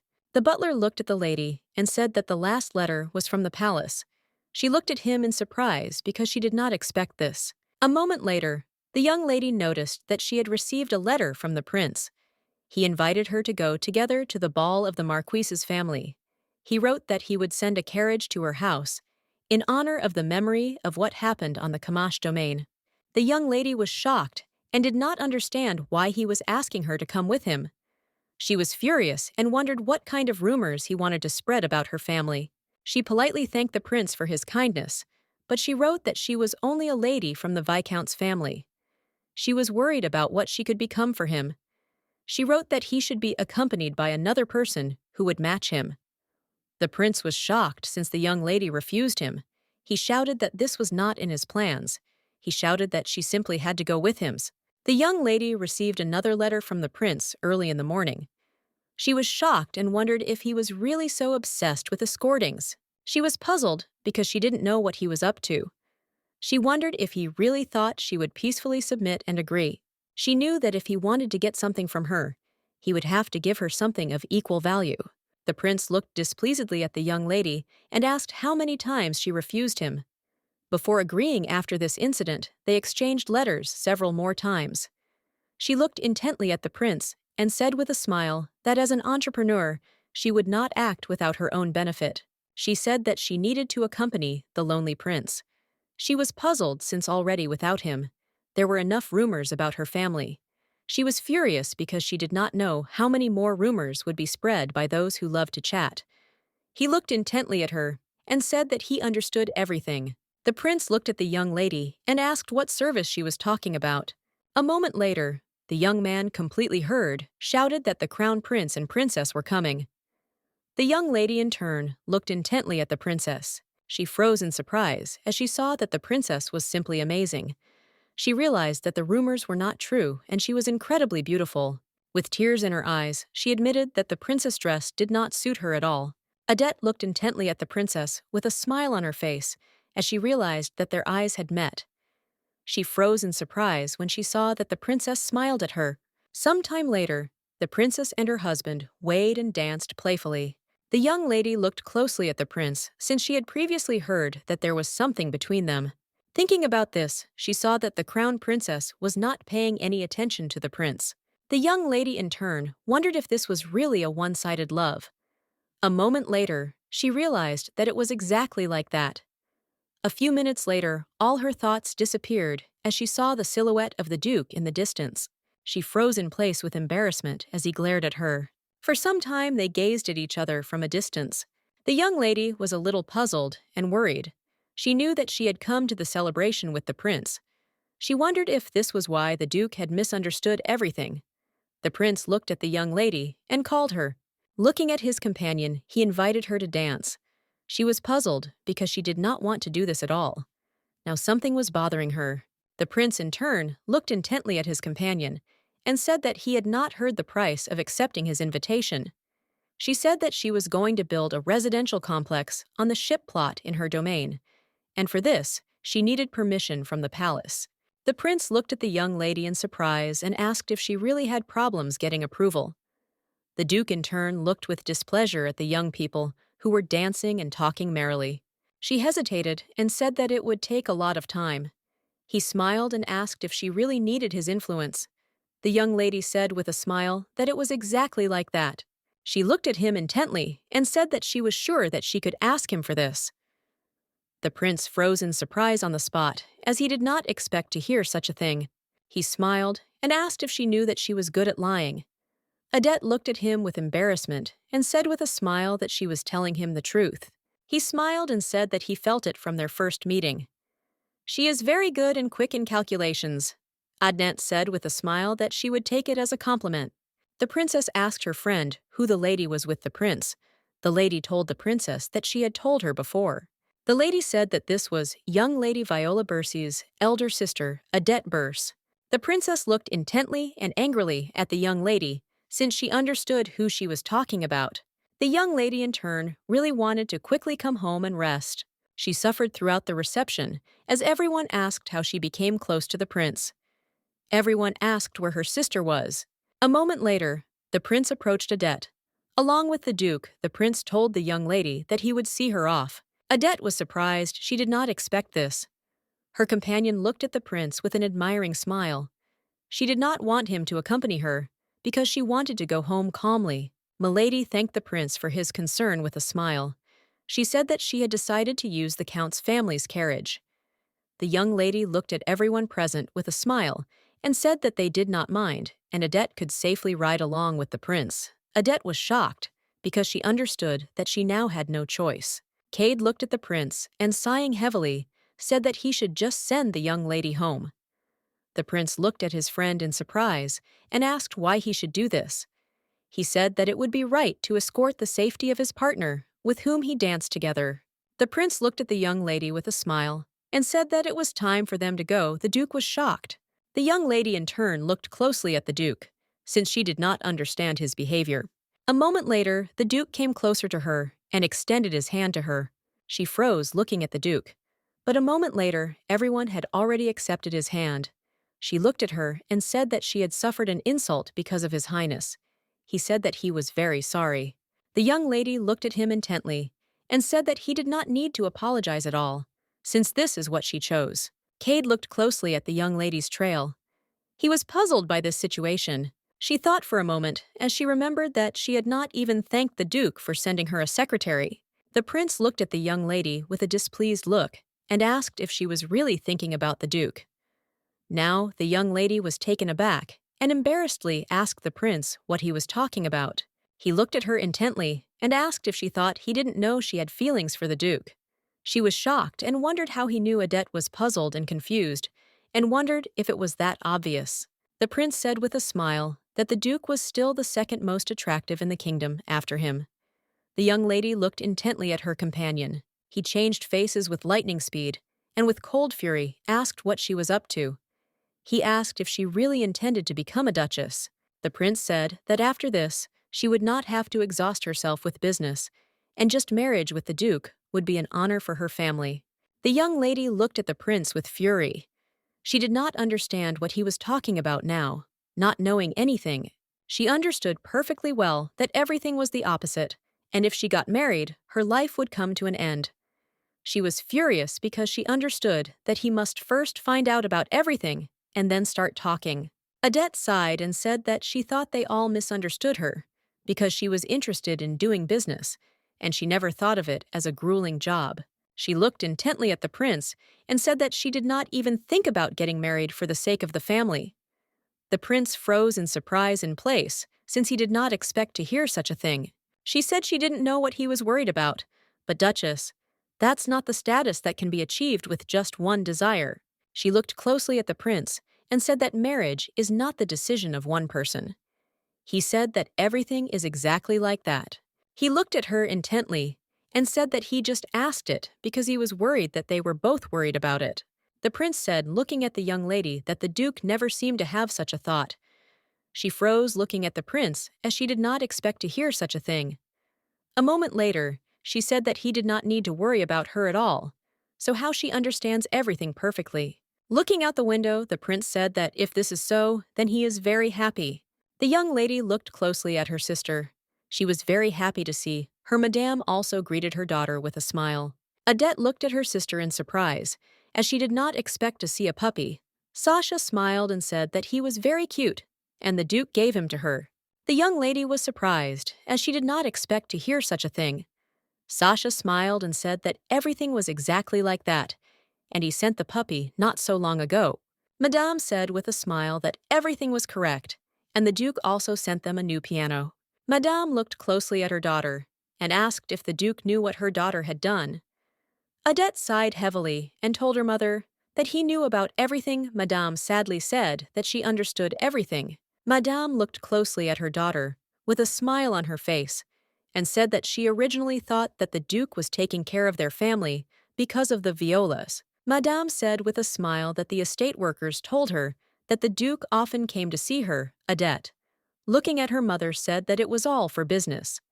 Madame looked closely at her daughter and asked if she liked the Duke. Odette for a moment froze in place, not knowing what to answer. Madame asked her daughter if the Duke felt the same way as she did. The young lady said with sadness in her voice that the Duke seemed to never have such a thought. Adette was puzzled because she didn't even think that such words would make her feel cold in her soul. Madame looked at her daughter in surprise. She didn't know what to do. She was shocked because she had previously thought that she did not want this and did not expect this, but she was still in great pain. Madame quickly approached her daughter and said with sadness in her voice that she did not want to hurt her at all. Adette was shocked because she realized that she liked the Duke much more than she had thought before. Madame looked closely at her daughter and said that she still owed thanks to the Dukes. The lady, in turn, was a little worried and puzzled since she did not know what to write to her. After confessing her unrequited love, she could not calmly write him a letter. Adette understood that she could no longer come to him. Nothos looked intently at the young lady and asked if he should continue reading the report. She was taken aback and threw her thoughts away and said that he could continue. The young man looked closely at the young lady and said that he would like to tell her about the young man whom she invited to the residence last time. She remembered the capable commoner who helped her in many matters. Nothos said that he was informed that he had recently left those places and returned home. The young lady was surprised and, looking intently at her assistant, asked if the young man was not from those lands. He said that the inhabitants of the territory had been interviewed. They said that he looked like a wanderer. He asked the young lady if they should start looking for information about the young man. She sighed heavily and said that there was no need to look for him, but still, when he will appear, she would like to know about it. She knew that she should not waste her time on this at all. The young man said that he understood everything and also said that she had received an invitation from the palace. He asked what she would do about it. She was surprised because she did not expect to receive an invitation again. The young ladies were surprised and delighted since the Crown Princess's tea party was soon to take place. The young ladies asked to choose an outfit in the most luxurious style. The young lady looked at her companion with a smile and said that she was very jealous of her since she managed to get an invitation to a tea party. Adette said that she didn't even know how she managed to do it, since she didn't even know her personally princess. She didn't understand how the princess found out about her and invited her. The lady smiled and said that she was also interested in knowing this. The princess's maid stood quietly and listened to the conversation of the young ladies. A week later, there was a tea party in the royal palace. The maid looked closely at the young lady and greeted her. She said that she was a close maid of Her Highness the Crown Princess. Looking at the young lady, she said that the princess was waiting for her in the central garden. A moment later, they slowly walked into the garden. The maid looked closely at the princess and said that the young Viscountess Adette Bears had arrived for tea. According to all the rules of etiquette, the young lady greeted the princess and said that she was very glad to meet her. The princess looked at the young lady with a grin and said that she had an elegant outfit. She told the young lady to raise her head. Adette, in turn, froze in place in surprise. She was dumbfounded and surprised that they had the same outfits. Adette was shocked and could not understand how this could happen since she specially selected the outfit. The young ladies looked at the guest with grins. Adette looked intently at everyone present, as she now understood how it all happened. Adette understood perfectly well that she needed to immediately get out of this situation. She looked closely at the princess and said with a smile that, judging by her outfit, it had found its true owner. The princess looked at her intently and said that if you look closely, they have the same dresses. She smiled and said that she was honored to be dressed in the same outfit as her. Everyone watched silently. The princess looked closely at the young lady and said that she should come to her. The princess looked at one of the ladies and asked, could she please move? Adette was shocked, as she felt like she had stolen the young lady's seat. The princess looked at the lady and asked if she had come to the Marchioness's last ball. She smiled and said, lady, that she had heard a lot about her, and she wanted to meet. Adette was surprised, because she did not expect to hear something like this. They had a pleasant conversation for some time. Adette looked closely at the princess, as she was truly beautiful. The princess looked at the young lady in surprise and called her. Adette was taken aback and asked for forgiveness from the princess. She said that the princess was so beautiful that she, without realizing it, was staring too much. The princess looked at the young lady with a smile and said that she was very honest. Everyone was watching him closely. A moment later, the princess said with a grin that she really likes such people, since she is very honest. With the speed of lightning, the princess's face changed. The young lady in turn looked at the princess in bewilderment. A moment later, the princess changed her face and looked at Adette with a beautiful smile. She smiled and said that she had heard the young lady was paying a visit to the countess. Adette looked at the princess with bewilderment, as she did not understand what had just happened. A moment later, she said that everything was true, and she was there. But in turn, she was surprised, since she did not know who told the princess about similar. She smiled and said that she had received an invitation from the duke and stayed there for a couple of days. Everyone present was surprised and very jealous of the young lady that she was invited by the duke himself. They asked if her sister was there. Adette said that unfortunately her sister was not there because she was unwell. The lady looked at Adette and said that there were rumors that the young lady Viola got sick because something happened between her and her friend. She asked Adette if these rumors were true. Adette was furious because the question that she asked directly. She did not understand how one could be so consistently straightforward. She looked intently at everyone present and said that these rumors had nothing to do with the duke. She smiled and said that if it were all true, she would not have received an invitation from the duke.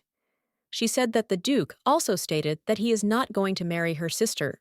The young ladies perked up and looking at her asked if it was true.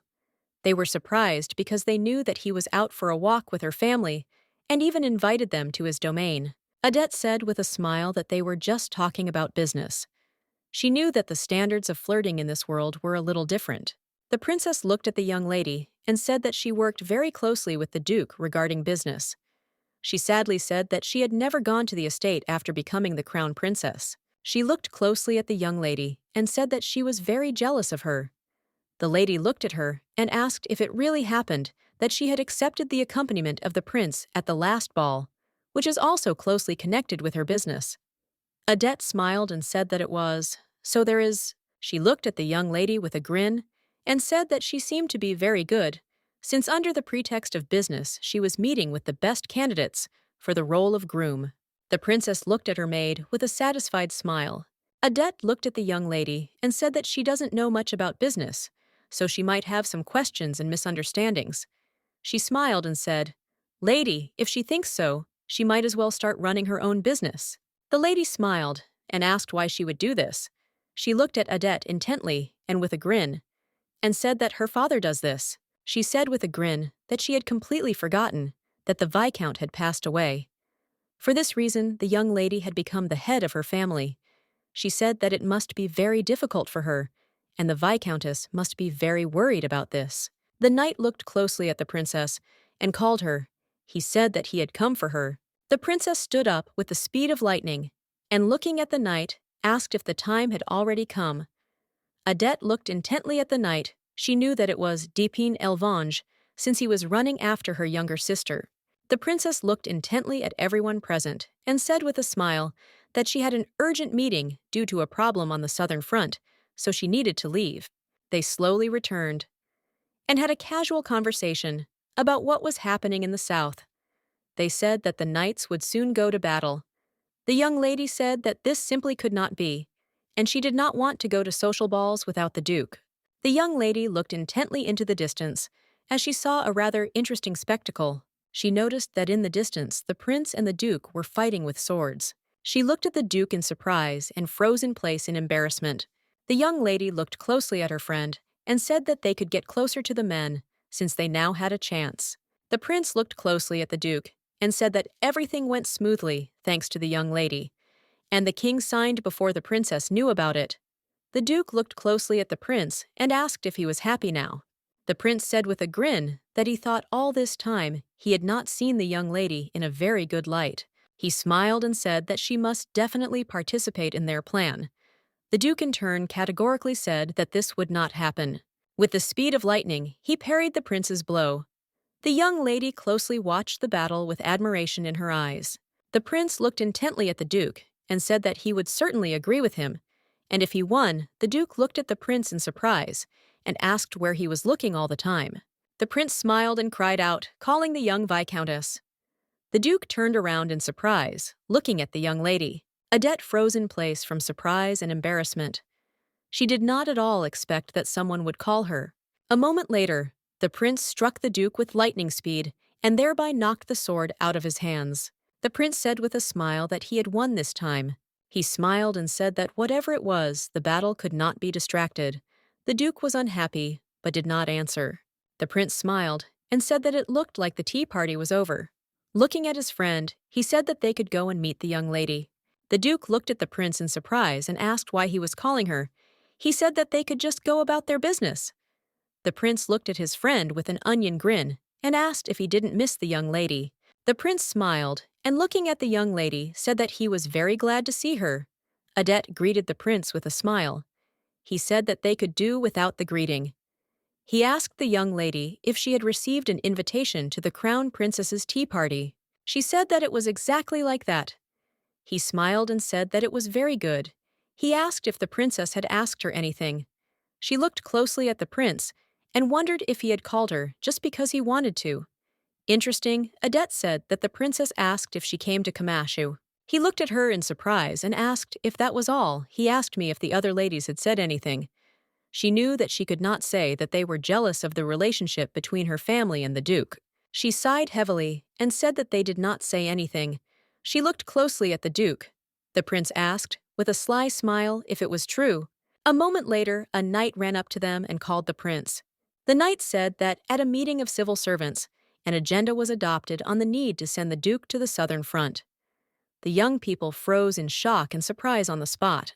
The prince jumped up with rage and, looking at the knight, asked what he was talking about. The young lady in turn looked at the duke in confusion. She wondered if he would really go to war.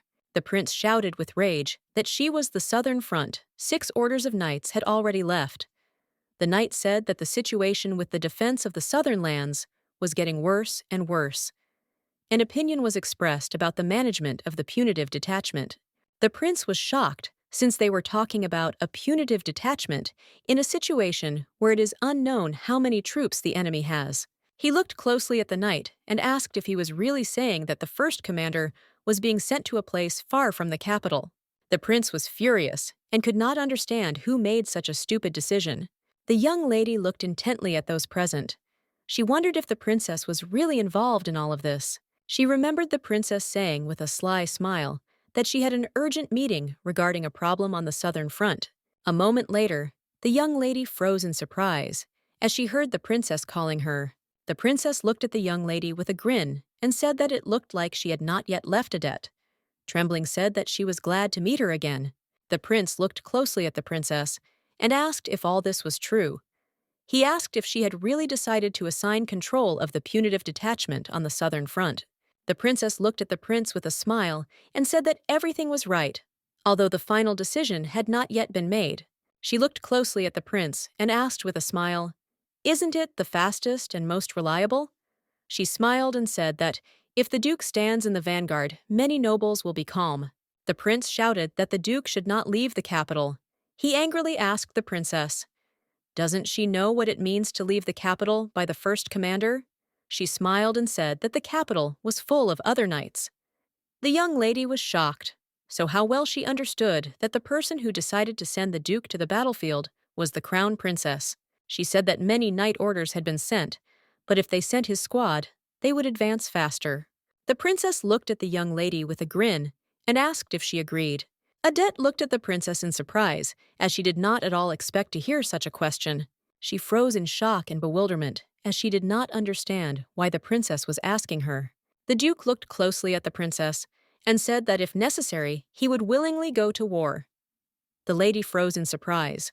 The duke looked closely at the princess and said that there were already enough knights on the southern front, and since the viscount was a man of great skill, they could rest easy. The princess looked furiously at everyone present and said that she had asked a question to the young lady. The young lady in turn was taken aback. She did not understand why they were doing this to her. She knew that the crown princess had come to the tea party wearing the same outfit as her, and now she was asking her questions regarding politics. She was puzzled and wished they would fight each other and not drag her into something like this. She understood perfectly well that she had no intention of standing on anyone's side, but the fact that they wanted to send the duke to war hurt her greatly. She did not want this at all.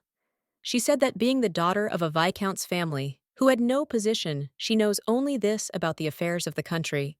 Adette looked closely at the princess and said that war is the business of knights. There are people in the capital drinking tea. They are under the protection of the knightly order. The young lady said that this is not a topic that she can freely talk about. The princess froze in surprise in place. The duke, in turn, with the speed of lightning, rushed to the young lady and called her. He was shocked because of the words that she said. In turn, the prince could barely restrain his laughter. She smiled, but in turn was very scared, and wondered if she had said something wrong. She was puzzled and wondered if she had made a mistake. She said that there were people in the capital who drank tea, and they were under the protection of the knightly order. She now realized that she was talking about the princess and her kind. She was shocked because she realized that she had screwed up. Trembling with fear, she asked the princess for forgiveness, but the princess only grinned, looking at the young lady. The duke looked at the princess closely and said that Adette, being an entrepreneur, she does not understand politics well. He said that she said this without realizing it, so the princess should forget about this incident and not listen to her. The princess turned around with the speed of lightning and said that of course she would not take her words to heart. The duke looked intently at the young lady and said that she too had better go home. She is to blame, she agreed with him. The prince walked up to the young lady with a smile and said that surprisingly she also has weaknesses. Adette was furious and wondered if he was teasing now. The prince looked at the young lady in surprise and asked if she really had the same dress as the crown princess. She froze in place, but a moment later said that it was so. He sighed heavily and said that he could tell what happened at the tea party without looking. He looked at her intently and softly said that she must be very tired. The young lady was surprised. She did not expect to hear kind words from the prince. She looked at him intently and thanked him. The prince smiled, looking at his friend, and asked, why not see the young lady off? Cade stood quietly to the side and did not answer. The young lady looked in bewilderment in the direction where the duke was looking. With the speed of lightning, the duke began to leave.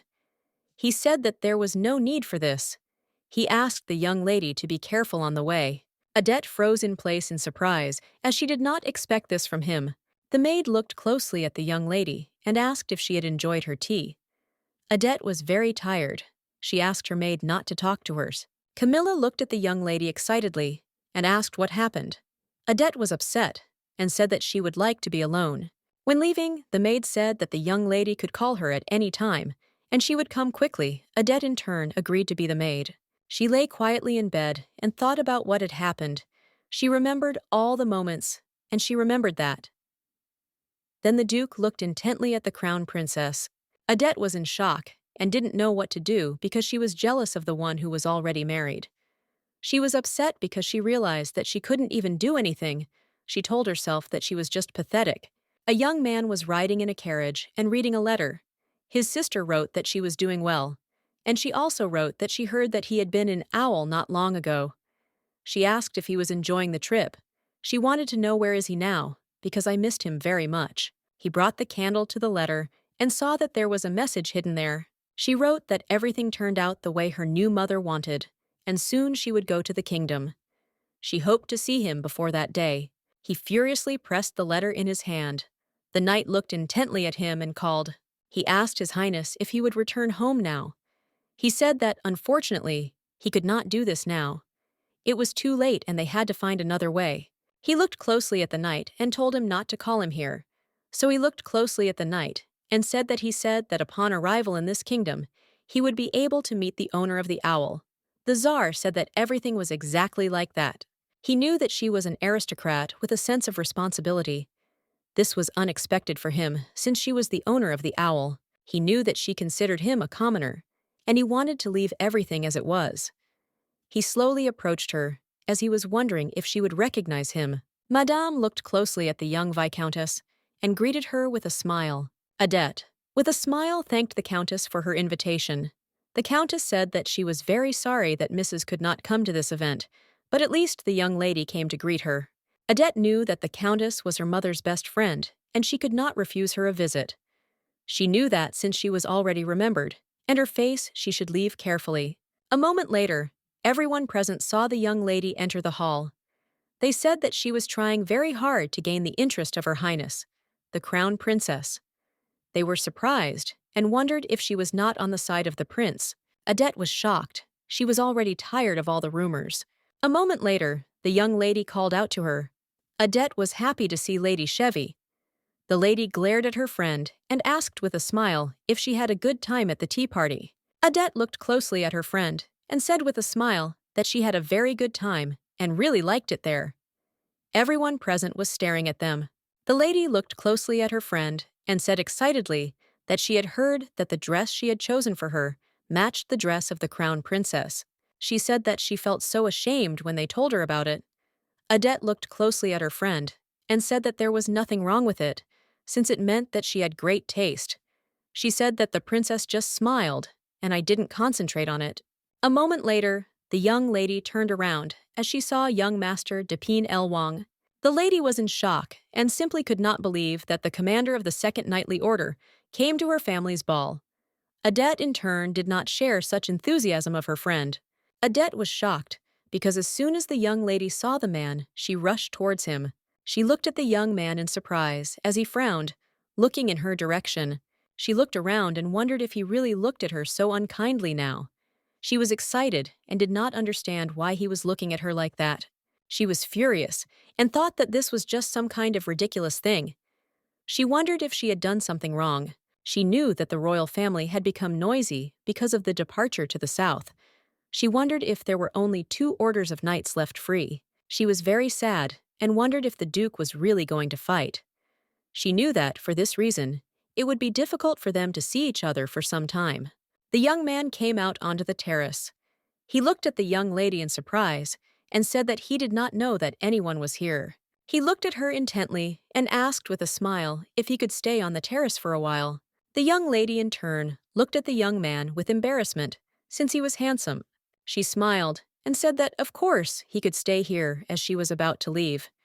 He looked at her intently and said that they could stay here together. Adette looked at the young man in surprise and asked what he was talking about. He looked at her intently and with a friendly smile asked if there was any problem. Adette asked the young man if he was not originally from Valise. He looked at her in surprise and asked how she knew about this. He said that he thought he spoke Valise fluently. The young lady said that the department is not in the language of just single men, and women should be careful when left alone. He looked at her in surprise and asked if this was really so. He asked for forgiveness for his tactlessness. The young lady looked closely at the young man and said with a smile that everything was fine, but in turn she was puzzled, since there were already rumors about her. She smiled and asked where he came from. The young man said that he came from Laoth. The young lady stood quietly and overheard their conversation. She noticed that Adette was very obsessed with men. The young lady looked closely at the young man and said with a smile that she had read about this city in books. She smiled and said that it was an ice kingdom located at the edge of the north. He smiled and looked at the young lady and said that she seemed to know a lot. Adette said with a smile that she dreams of going there in old age. He smiled and said that he was very pleased to hear that he said that he also likes to travel. Adette looked at her companion with admiration and said that he had probably visited many countries. He smiled and said that of course it was, and also asked if she would like to hear the story of his journey. For some time, they stood on the terrace and had a casual conversation. She looked closely at her companion and asked what his impression of the kingdom of Valise was. The young man frowned and said that this country simply amazes with its art. He said there was a lot of beautiful architecture downtown, and there was amazing music and art. But a moment later, he changed his face and said that, unfortunately, the border area is completely different. The young lady looked at him in surprise. She looked at him intently and said that she heard the conflict was intensifying there.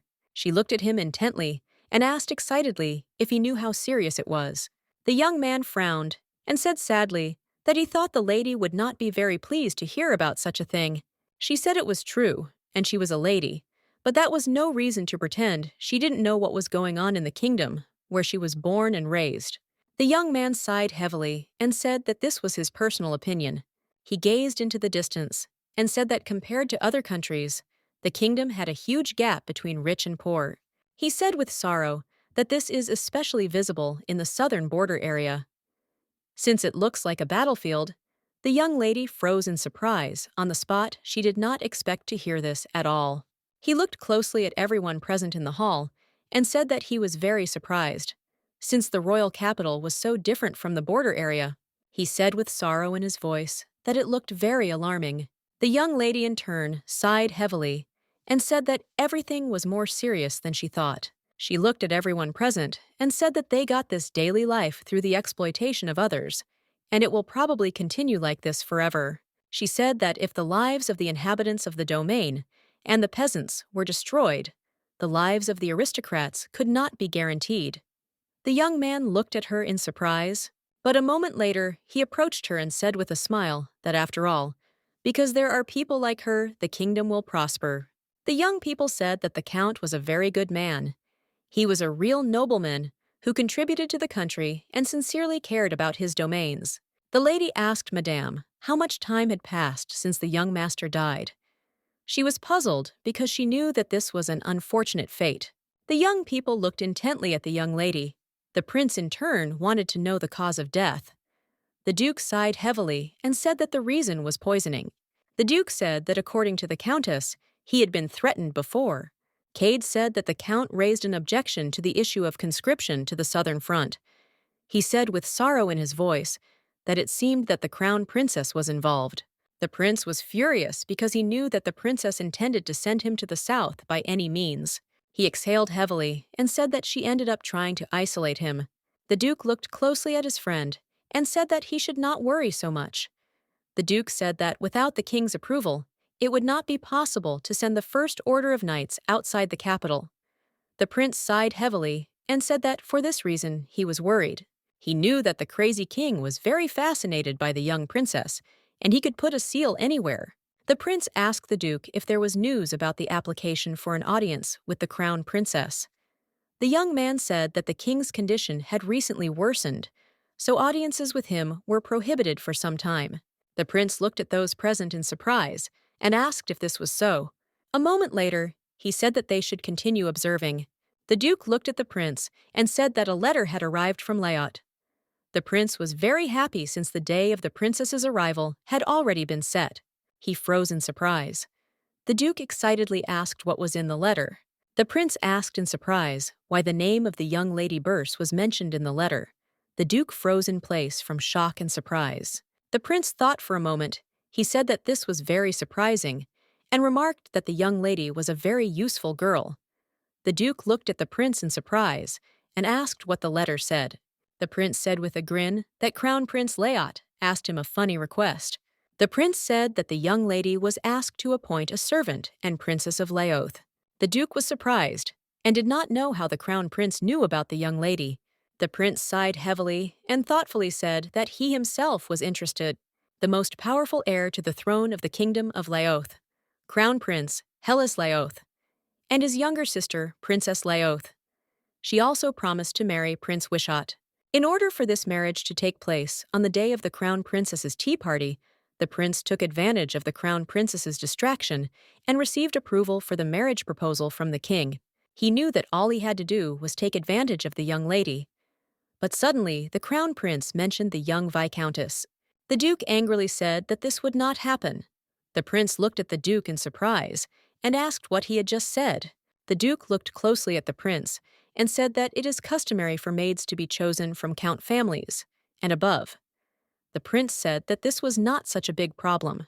Cade said that the young lady was different from the other ladies embroidering in the living room. He said that she is very different because she is responsible for her family. The duke said it would be wrong for such a lady to work as a maid. The prince looked closely at his friend, but did not answer. The duke knew that if the young lady became a maid and entered the palace, things would become even more dangerous.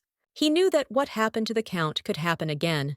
He understood perfectly well that he had to prevent this. The duke looked closely at the prince and said in all seriousness that there are many young ladies who want to work as maids. The duke told the prince that he could choose a candidate from among them. The prince sighed heavily and called his friend. He said that even if he tried, he could not change anything. The prince looked closely at his friend and said that she was going on a fox hunt. The crown princess invited the young lady. The young man looked at everyone present with a smile and said that this year the fox hunt was special. He looked intently at everyone present and said with a smile that to ensure the safety of the noble ladies' knights would also take part in this hunt.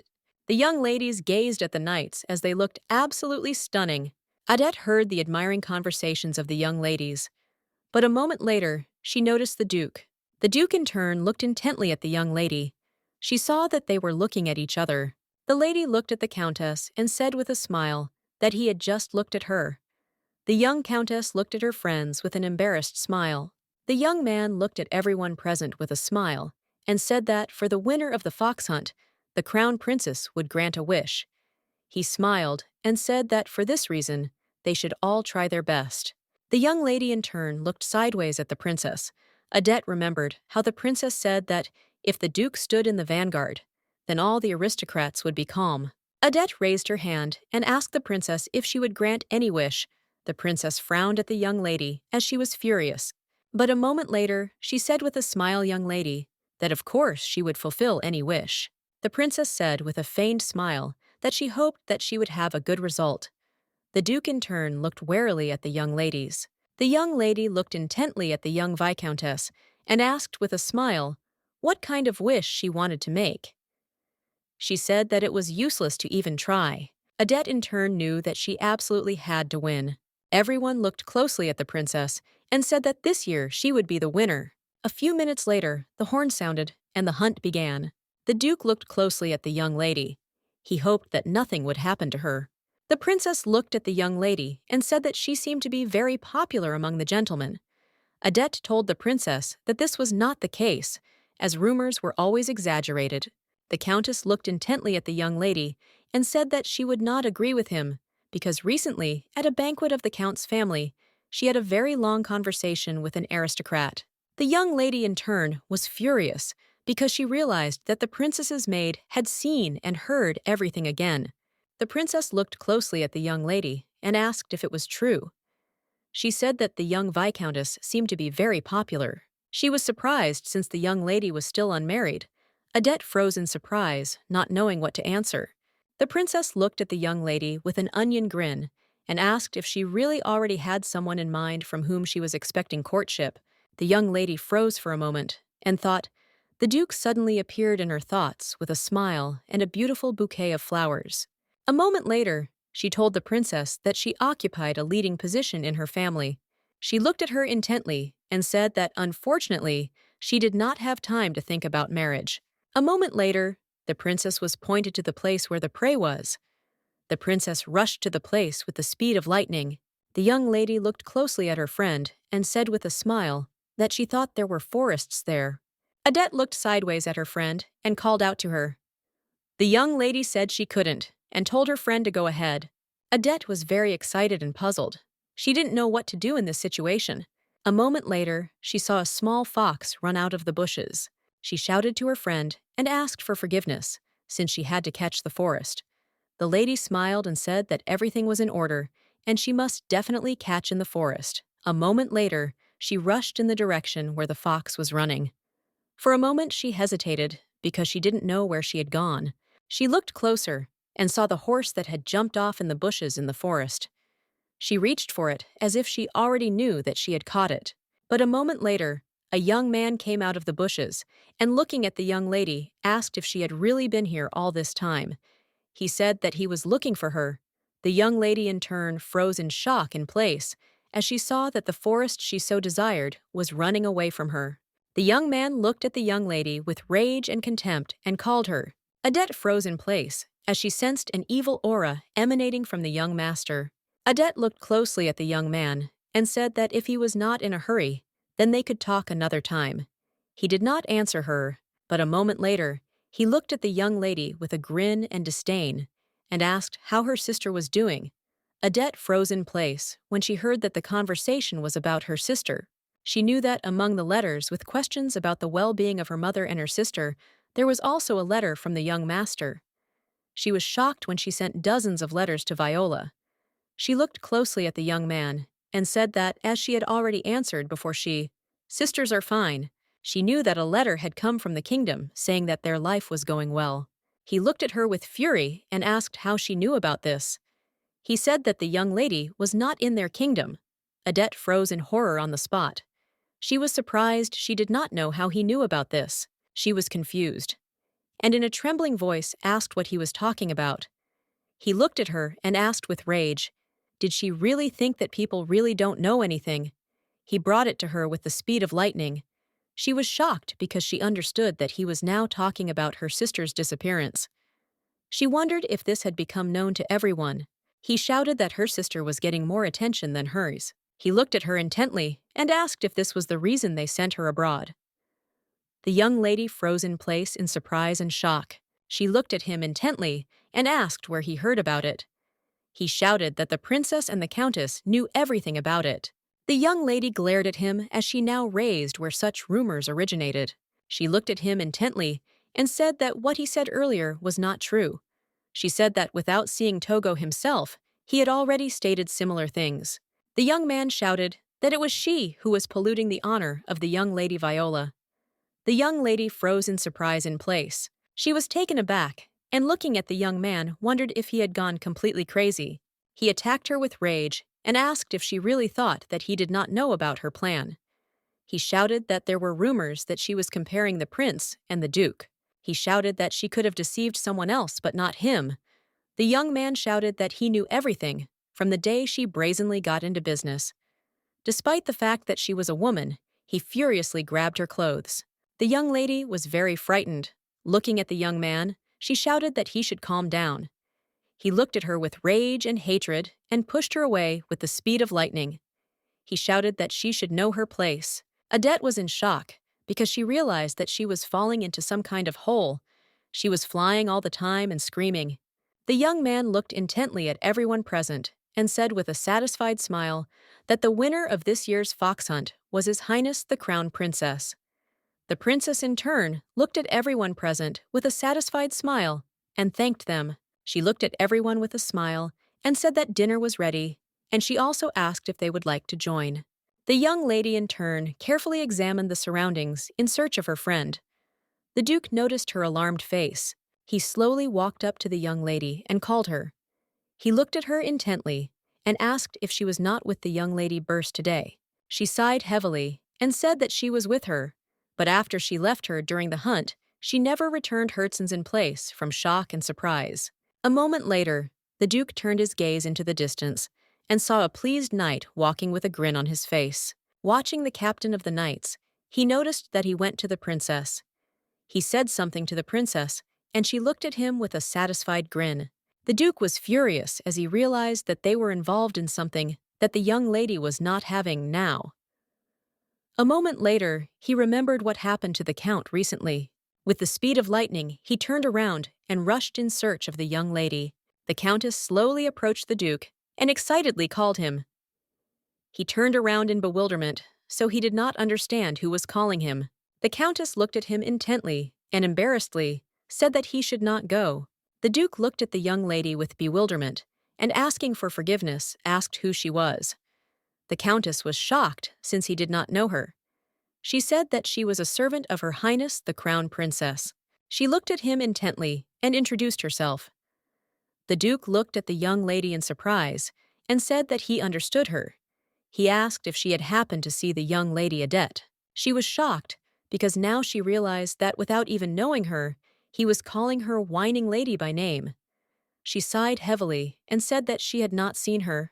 The Duke looked at him intently and said that he understood. She sighed heavily and nervously said that he could not go in search of the young Viscountess. After all, he had come today to guard Her Highness. The Duke looked at her intently and said that she was completely right. However, protecting the other ladies was also his duty. He looked at the young lady with fury and said that if something happened here, he must definitely find the culprit. She froze in surprise as his aura pressed on her. Sitting in the hole, the young lady called for help, but it was all in vain. She was furious because she realized that it seemed like no one was around. She knew that a lot of time had passed, and most likely everyone had already left. She was furious and cursed the young master. She knew that, although he was a vile person, He would not do such a thing alone. She was furious because she understood that someone had definitely put him up to it. She even guessed who it was, but she was still at a loss because she didn't understand why they did it. Adette did not understand how they would benefit from spreading such a rumor. She thought for a moment about what the young man said. Then he said that she was comparing the prince and the duke. She didn't understand what was wrong with that. Even if she was actually doing it, she knew that the prince wouldn't give her anything for nothing needed. She was a little worried because she understood that lately she had not been able to talk normally with the duke. She was furious and did not understand why no one could leave her alone. The young lady was shocked, wondering what she had done wrong. She screamed with rage that she didn't even want to get married. She screamed that if things continued like this, she would just remain stuck. She screamed that if she was going to suffer a miserable death because of unexplained charges. That is all, whether she dies now or not. She was furious and screamed that now she will do what she wants. A moment later, she froze in place as she heard some noise in the distance. A few minutes later, she heard the Duke's voice. Later, she saw him clearly. She screamed and called the Duke. Cade leisurely walked closer to her where she was sitting. He looked at the young lady and asked excitedly what had happened to her. He asked excitedly if she was injured anywhere. The young lady looked at the Duke closely and said with a soft smile that she was fine. He was puzzled as he didn't understand how she could be okay with such swollen feet. The Duke looked at the young lady in surprise as he thought she was crying. She knew that since he had now come for her, everything was fine. Sometime later, they were riding back on the horse. He asked excitedly how she ended up in the hole. She said she fell while chasing a fox. She thought that she shouldn't talk about what happened at all. He asked her if she had ever heard of a young lady winning a fox hunt. Cade said that the winner of this hunt was always the crown princess, and the promise of fulfilling a wish was just an empty word. He turned around and asked if her desire was really how sincere. Cade said he was very interested in what she wished for. He asked if she would tell him Adette said that she wanted to achieve victory through her efforts. He said that in that case, he would ask another question. Did she know about Leota? Adette said that she knew since she had read about him in books. Adette suddenly remembered the man they were talking to. Cade was surprised she smiled and said that she saw the kingdom in books. He asked if she had ever met the crown prince. She looked at her companion in surprise and asked how she, being a viscountess, could meet a foreign prince. He said that she was right. The young lady excitedly asked if something had happened. The Duke said that nothing had happened, and if the next time the crown princess called her again, she could refuse sighting him. The young lady was surprised, because not so long ago he was cold towards her, and she could not utter a word. The young lady accidentally fell into the arms of the Duke, unable to stay on her horse. The Duke, in turn, with the speed of lightning, caught the young lady. She stood embarrassedly frozen in place. The young lady looked excitedly at her friend and asked where she had been. Adette asked her friend for forgiveness. The Duchess in turn glared at the Duke and the young lady. The Crown Prince looked intently at his wife and congratulated her on her victory with a smile. The young lady looked closely at the young people and said with a smile that they complement each other. The princess looked closely at her husband and asked if he hadn't said that he had some interesting news. He smiled and said that finally, his younger brother, the prince, had chosen a bride for himself. The princess froze in surprise and looking at her husband asked what he was talking about. The prince smiled and said that this is a wonderful event since his younger brother is getting married.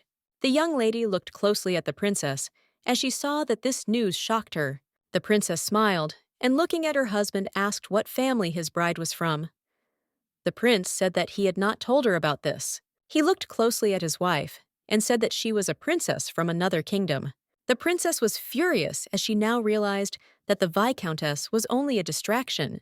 Adette looked at the prince and congratulated him on the event. The prince said, with a smile, that the young lady had elegant manners.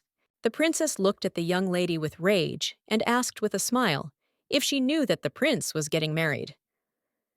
The young lady glared at the princess as she realized that she had misunderstood something. The young lady told the princess that she knew nothing about this at all, and this was also the first time she had heard about this situation. The prince smiled and asked his wife how the young lady could know if even he knew nothing. The princess told her husband with a grin that the young lady had a close relationship with the prince and the duke. The young people looked closely at the royal family. The prince smiled and said that this was indeed very interesting, and this elegant young lady deserved to have such acquaintances.